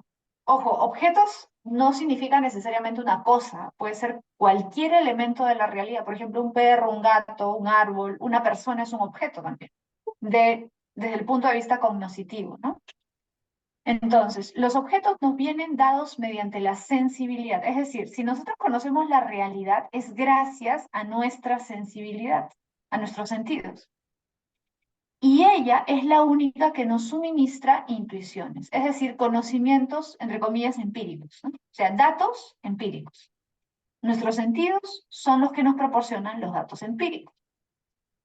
Ahora, por medio del entendimiento, o sea, de la razón, entendimiento también le llama Kant razón, los objetos son, en cambio, pensados, pensados, ¿ya? Pensados. De él proceden los conceptos. Gracias al entendimiento nosotros podemos formar, ¿qué cosa? Conceptos. Si no tuviéramos racionalidad, si no fuéramos seres racionales, ¿podríamos formar conceptos? No. ¿Un perro, un gato pueden formar conceptos? No, no pueden. ¿Por qué? Porque no tienen entendimiento. Y por eso es que ellos no piensan en la realidad. Ellos observan la realidad, sí, pero no piensan, es decir, no procesan. ¿Te acuerdas esto de acá? Sí. ¿Por qué nosotros tenemos fenómeno? Porque nosotros procesamos el nómeno. Es decir, adaptamos el nómeno con nuestras categorías, ¿sí? Y nuestra sensibilidad captamos el nómeno y lo procesamos, ¿no? La sensibilidad, los sentidos, nos permiten, digamos, recoger datos de la realidad. Y nuestro entendimiento procesa esos datos, nuestras categorías procesan esos datos, y a raíz de esa interacción entre sentidos y razón, formamos un conocimiento, fenómeno. Los animales no pueden hacer eso, ¿no? No pueden hacer eso. ¿Por qué? Porque ellos carecen de entendimiento. Los animales no piensan, no procesan la realidad, a diferencia, a diferencia del hombre, ¿correcto? Bien, a ver, un ratito espérame, voy a prender la luz que me estoy quedando acá en la oscuridad.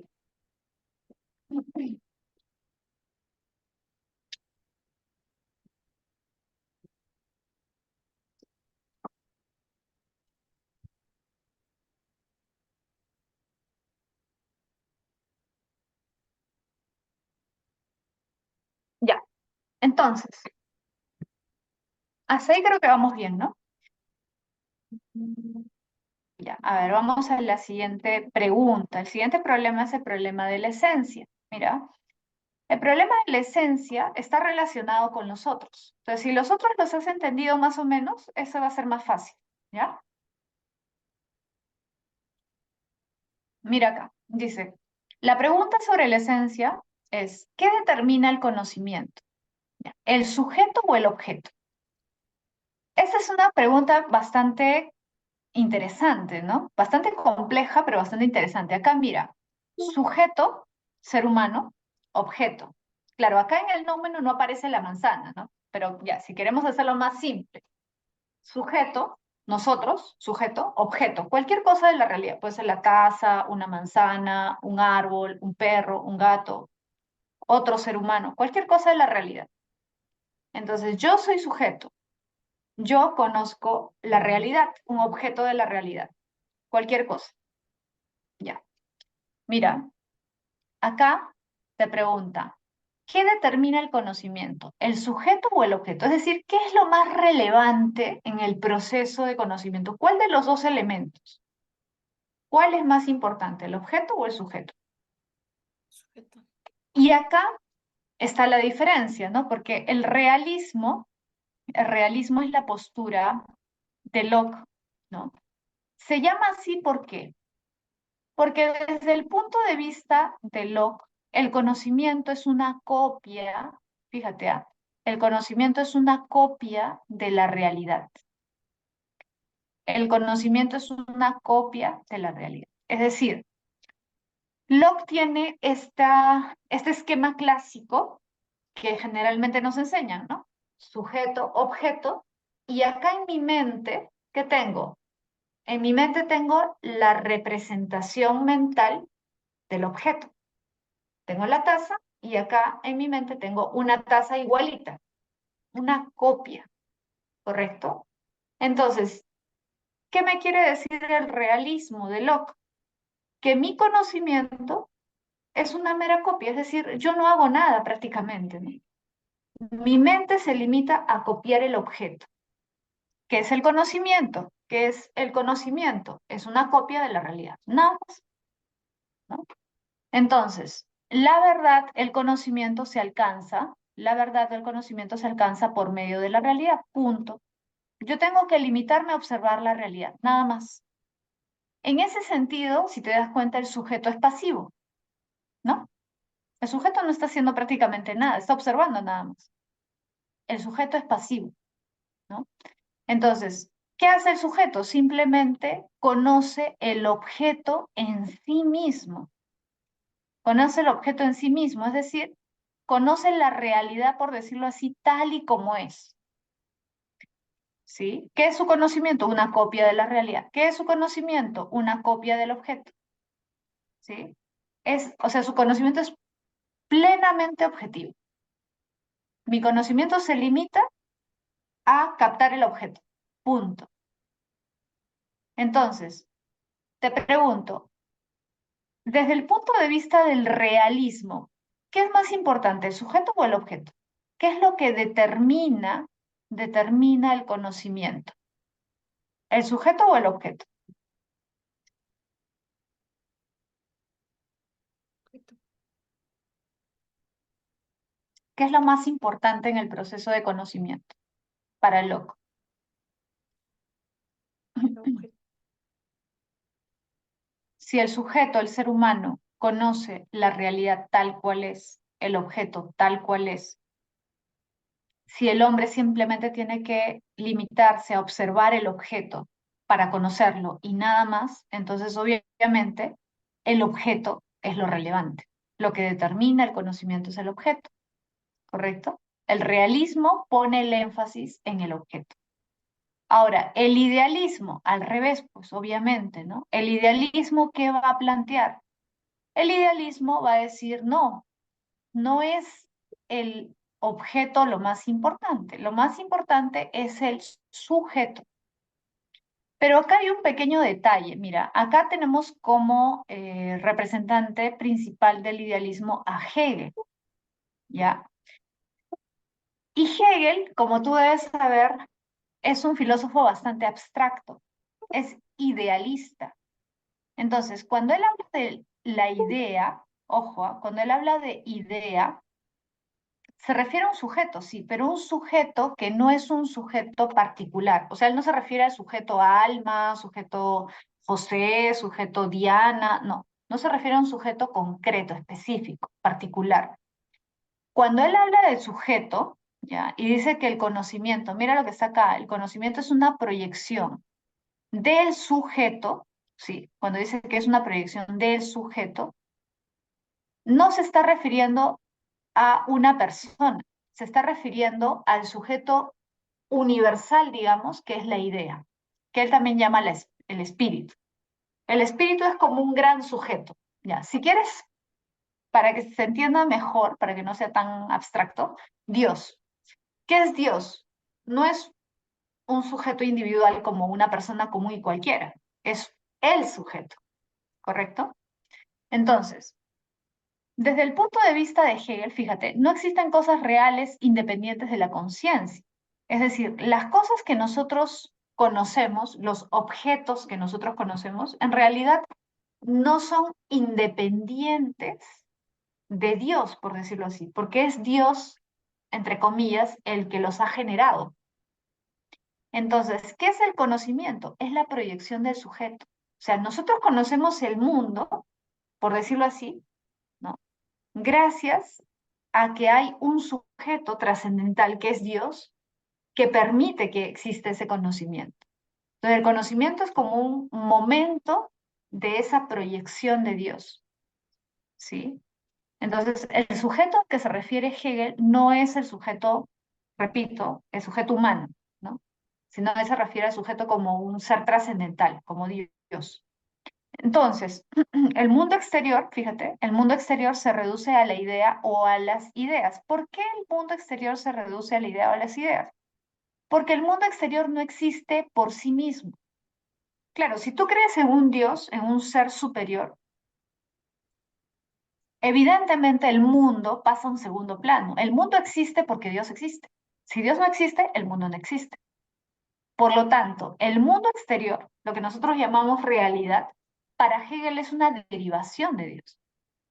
En ese sentido, el conocimiento simplemente es una proyección de Dios, no es algo independiente, sino que es algo que se deriva de la proyección de Dios, de ese gran sujeto.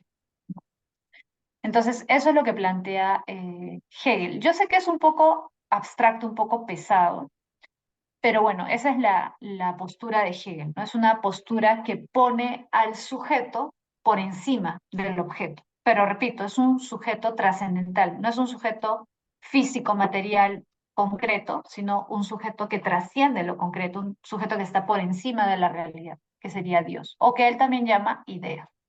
Por eso se denomina así idealismo. ¿Sí?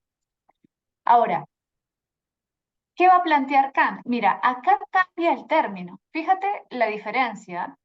Hemos visto, ya, sobre el problema de la posibilidad, cómo se denomina la postura de Kant, criticismo.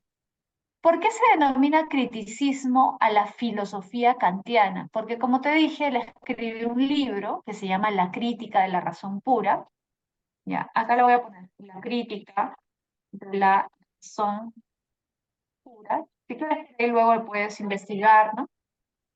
¿Ya? La crítica de la razón pura es su obra más conocida. Y debido al título de esa obra, que es la crítica, eh, siempre se ha denominado a su filosofía como criticismo, ¿no? Porque es en esa obra donde plantea, digamos, sus posturas filosóficas más conocidas, ¿correcto? Entonces, sobre el problema de la posibilidad, ¿cómo se llama la postura de Kant? Criticismo. Sobre el problema del origen, ¿cómo se denomina la postura de Kant? También criticismo. También, ¿sí? Porque en ambos problemas lo que él hace es una crítica al racionalismo y al empirismo. ¿Ya? A las dos, está criticando tanto el racionalismo como el empirismo. Igual acá arriba, ¿no? Los dogmáticos son los racionalistas, los escépticos son los empiristas. Ahora, con respecto al problema de la esencia, ahí cambia el término. Ya no se le usa, no se le denomina, perdón, criticismo, se usa fenomenalismo. ¿Por qué? Porque como dice acá, Kant, cuando habla acerca de la esencia del conocimiento, ¿ya? Cuando habla acerca de la esencia, ¿te acuerdas que habíamos preguntado cuál es el problema de la esencia? ¿Cuál es la pregunta? La pregunta es, ¿qué determina el conocimiento? ¿El sujeto o el objeto? O sea, ¿cuál de los dos es más relevante? ¿Y qué dice Kant? A ver, mira, dice, ¿te acuerdas? Conocemos el fenómeno, ¿no? ¿Y el fenómeno qué cosa es? Acá está. Mira, el fenómeno, ¿qué cosa es? Es una construcción que hace el sujeto a partir de los datos sensoriales que captamos del objeto, ¿ya? ¿Qué es el fenómeno? Una construcción que hace el sujeto a partir de los datos sensoriales que captamos del objeto. Es decir, en otras palabras, ambos determinan el conocimiento. Porque no puede haber conocimiento, ¿te acuerdas que hablamos de eso hace un rato? No puede haber conocimiento sin experiencia o sin razón, sin la participación de los sentidos, sensibilidad, o sin participación del entendimiento. Entonces, para que haya conocimiento tienen que unirse los dos. El fenómeno es el resultado de la acción del sujeto sobre el objeto. El fenómeno es una construcción que hace el sujeto a partir de los datos sensoriales, ¿no? Que hemos captado del objeto. Por eso dice Kant, fíjate acá, no conocemos las cosas como realmente son, ¿no? La realidad en sí, ¿te acuerdas? El noumen. Acá está, lo voy a marcar para que te acuerdes. No conocemos el nómeno. ¿Qué cosa es el nómeno? La realidad en sí, la cosa en sí. Cualquiera de los dos términos es válido. La cosa en sí o la realidad en sí. ¿Por qué la cosa en sí? Porque puede ser referido a un objeto particular, ¿no? Pero un objeto particular es parte de la realidad. Entonces, el nómeno, la cosa en sí, la realidad en sí, nadie la conoce, nadie la va a conocer. Profesora, ¿y podría ser que yo me esfuerce y pueda? No, no se puede. ¿Por qué? Porque ya venimos programados con esas categorías y con los sentidos que poseemos. O sea, tendrías que anular tus sentidos y anular tus categorías para poder conocer el nómeno, y eso es imposible. Nadie puede quitarse sus categorías o quitarse sus sentidos. ¿Te das cuenta? Entonces, la cosa en sí nadie la conoce y nadie la puede conocer. La cosa para nosotros, esto es ya una interpretación que nosotros hacemos. Sin darnos cuenta, nosotros construimos, por decirlo así, el objeto. Construimos con nuestras categorías y con nuestra sensibilidad el objeto. Eso es conocimiento. Lo que nosotros conocemos es fenómeno. Es lo que nosotros llamamos fenómeno. ¿Correcto? Entonces, el fenómeno es una construcción, correcto, que hace el sujeto a partir de los datos sensoriales. Por eso dice, no conocemos las cosas como realmente son. En sí mismas, no. No conocemos las cosas como realmente son. No conocemos el no, sino, sino cómo se nos aparece. Nosotros conocemos las cosas como se nos aparecen, ojo, se nos aparecen, se refiere a cómo nosotros las introducimos en nuestra mente.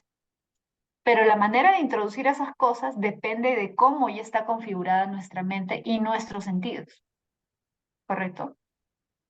Entonces, el fenómeno que el sujeto conoce es producto, ahí está, es producto de la razón, ahí está, la razón que organiza los datos captados por los sentidos.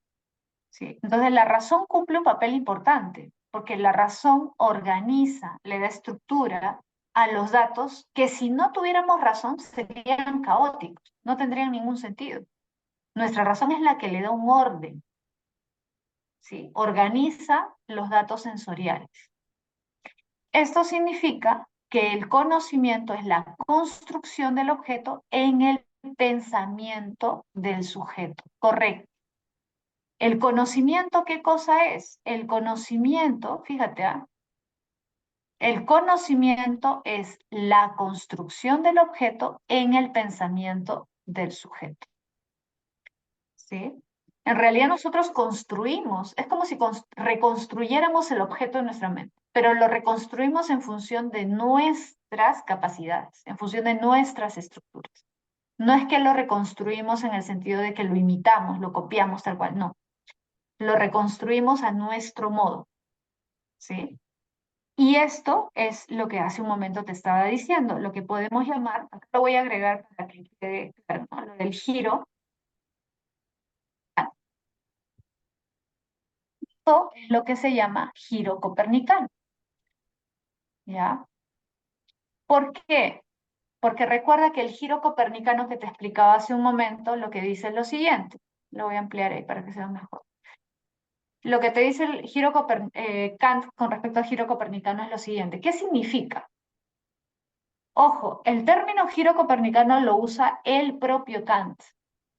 ¿Ya? No es un término que después se ha atribuido a Kant o que alguien se inventó para hacer referencia a Kant. No, el mismo Kant usa ese término. Él dice, así como, voy a volver a explicar esa parte porque es importante, así como Copérnico, ¿no?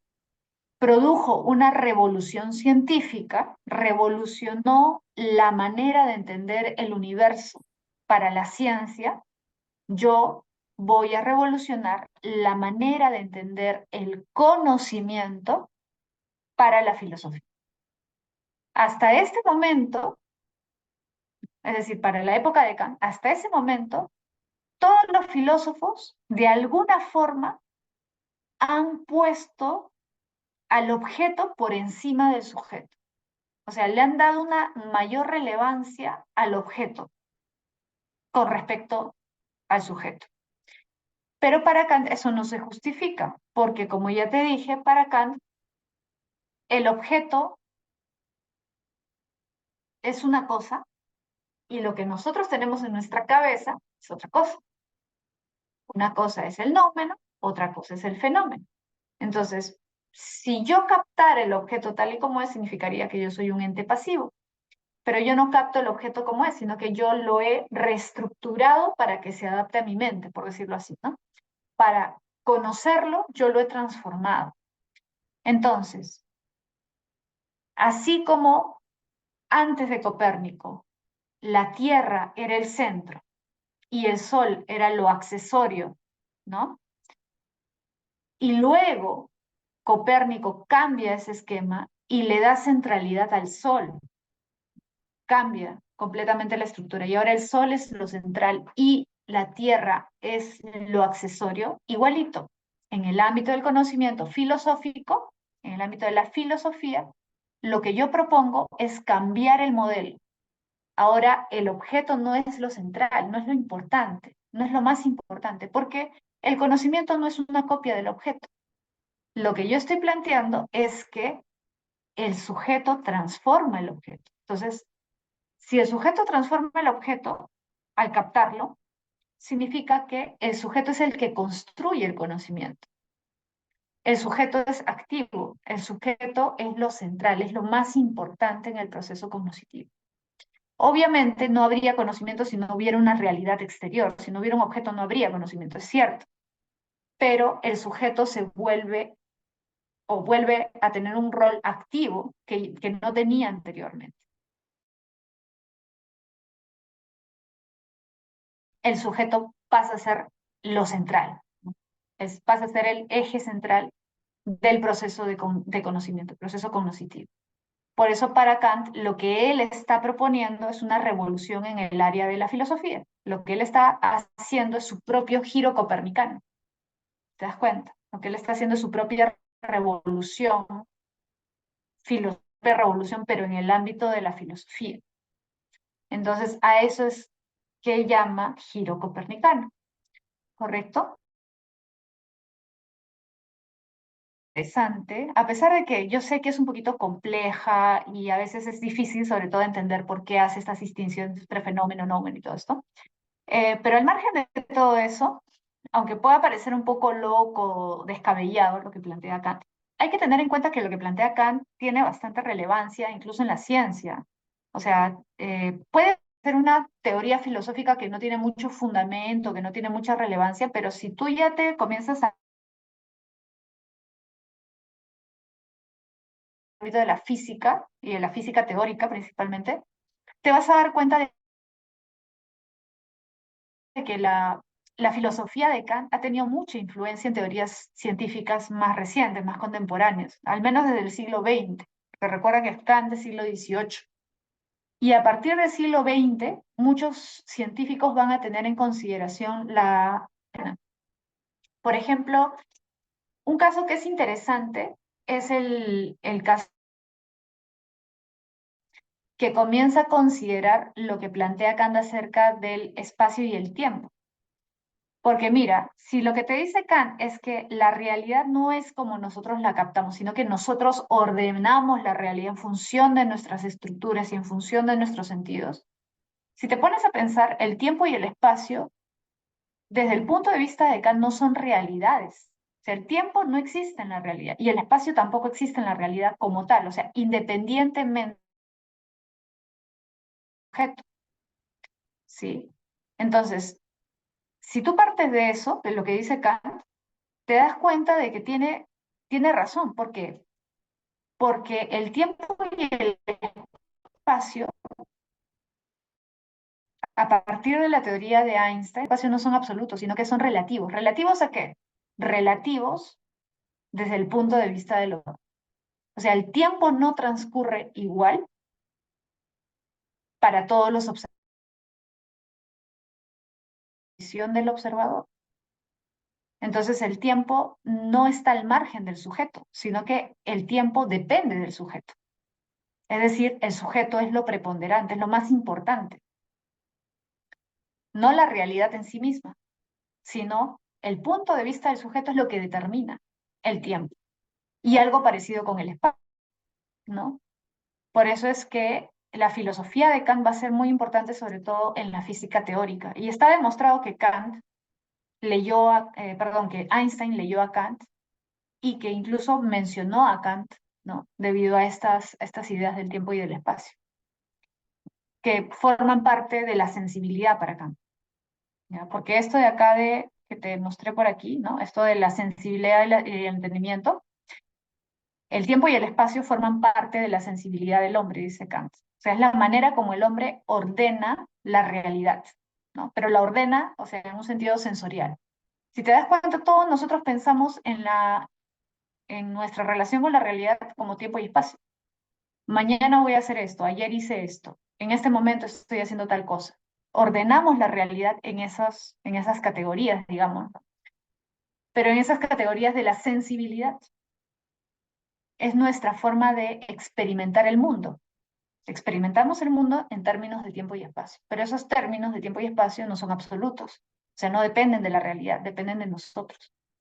Eso es, por ejemplo, uno de los aspectos en los que la filosofía de Kant va a tener bastante importancia, ¿no? Va a tener impacto en la ciencia.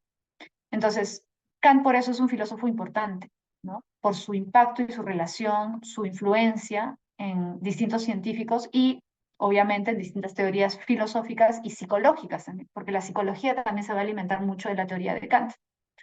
Por ejemplo, esto, no sé si has escuchado esas escuelas psicológicas que hablan acerca de que el sujeto debe construir su propio conocimiento, que el alumno debe construir su propio conocimiento. Esto viene de la teoría de Kant, ¿no? Es influencia de la filosofía de Kant. Entonces, Kant va a ser un autor fundamental para un montón de áreas del conocimiento, no solo por la filosofía. Por eso es un autor clave. Y es un autor que ha venido bastante también en exámenes de admisión, ha venido en nociología y también ha venido pues en ética, ¿no? Ética también es un tema importante, ¿no? Del que han venido varias preguntas acerca de Kant, ¿ya? Bien, chicos, entonces, eso es lo fundamental.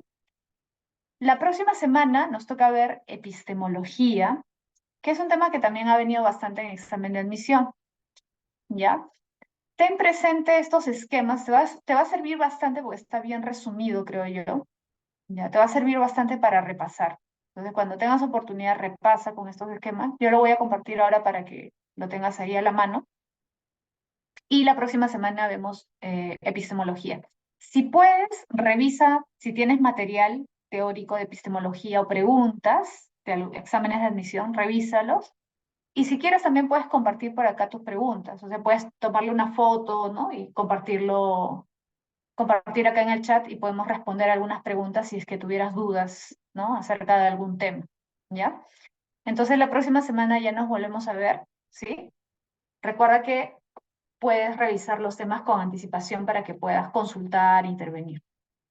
Eh, sí, dime, Martín, dime.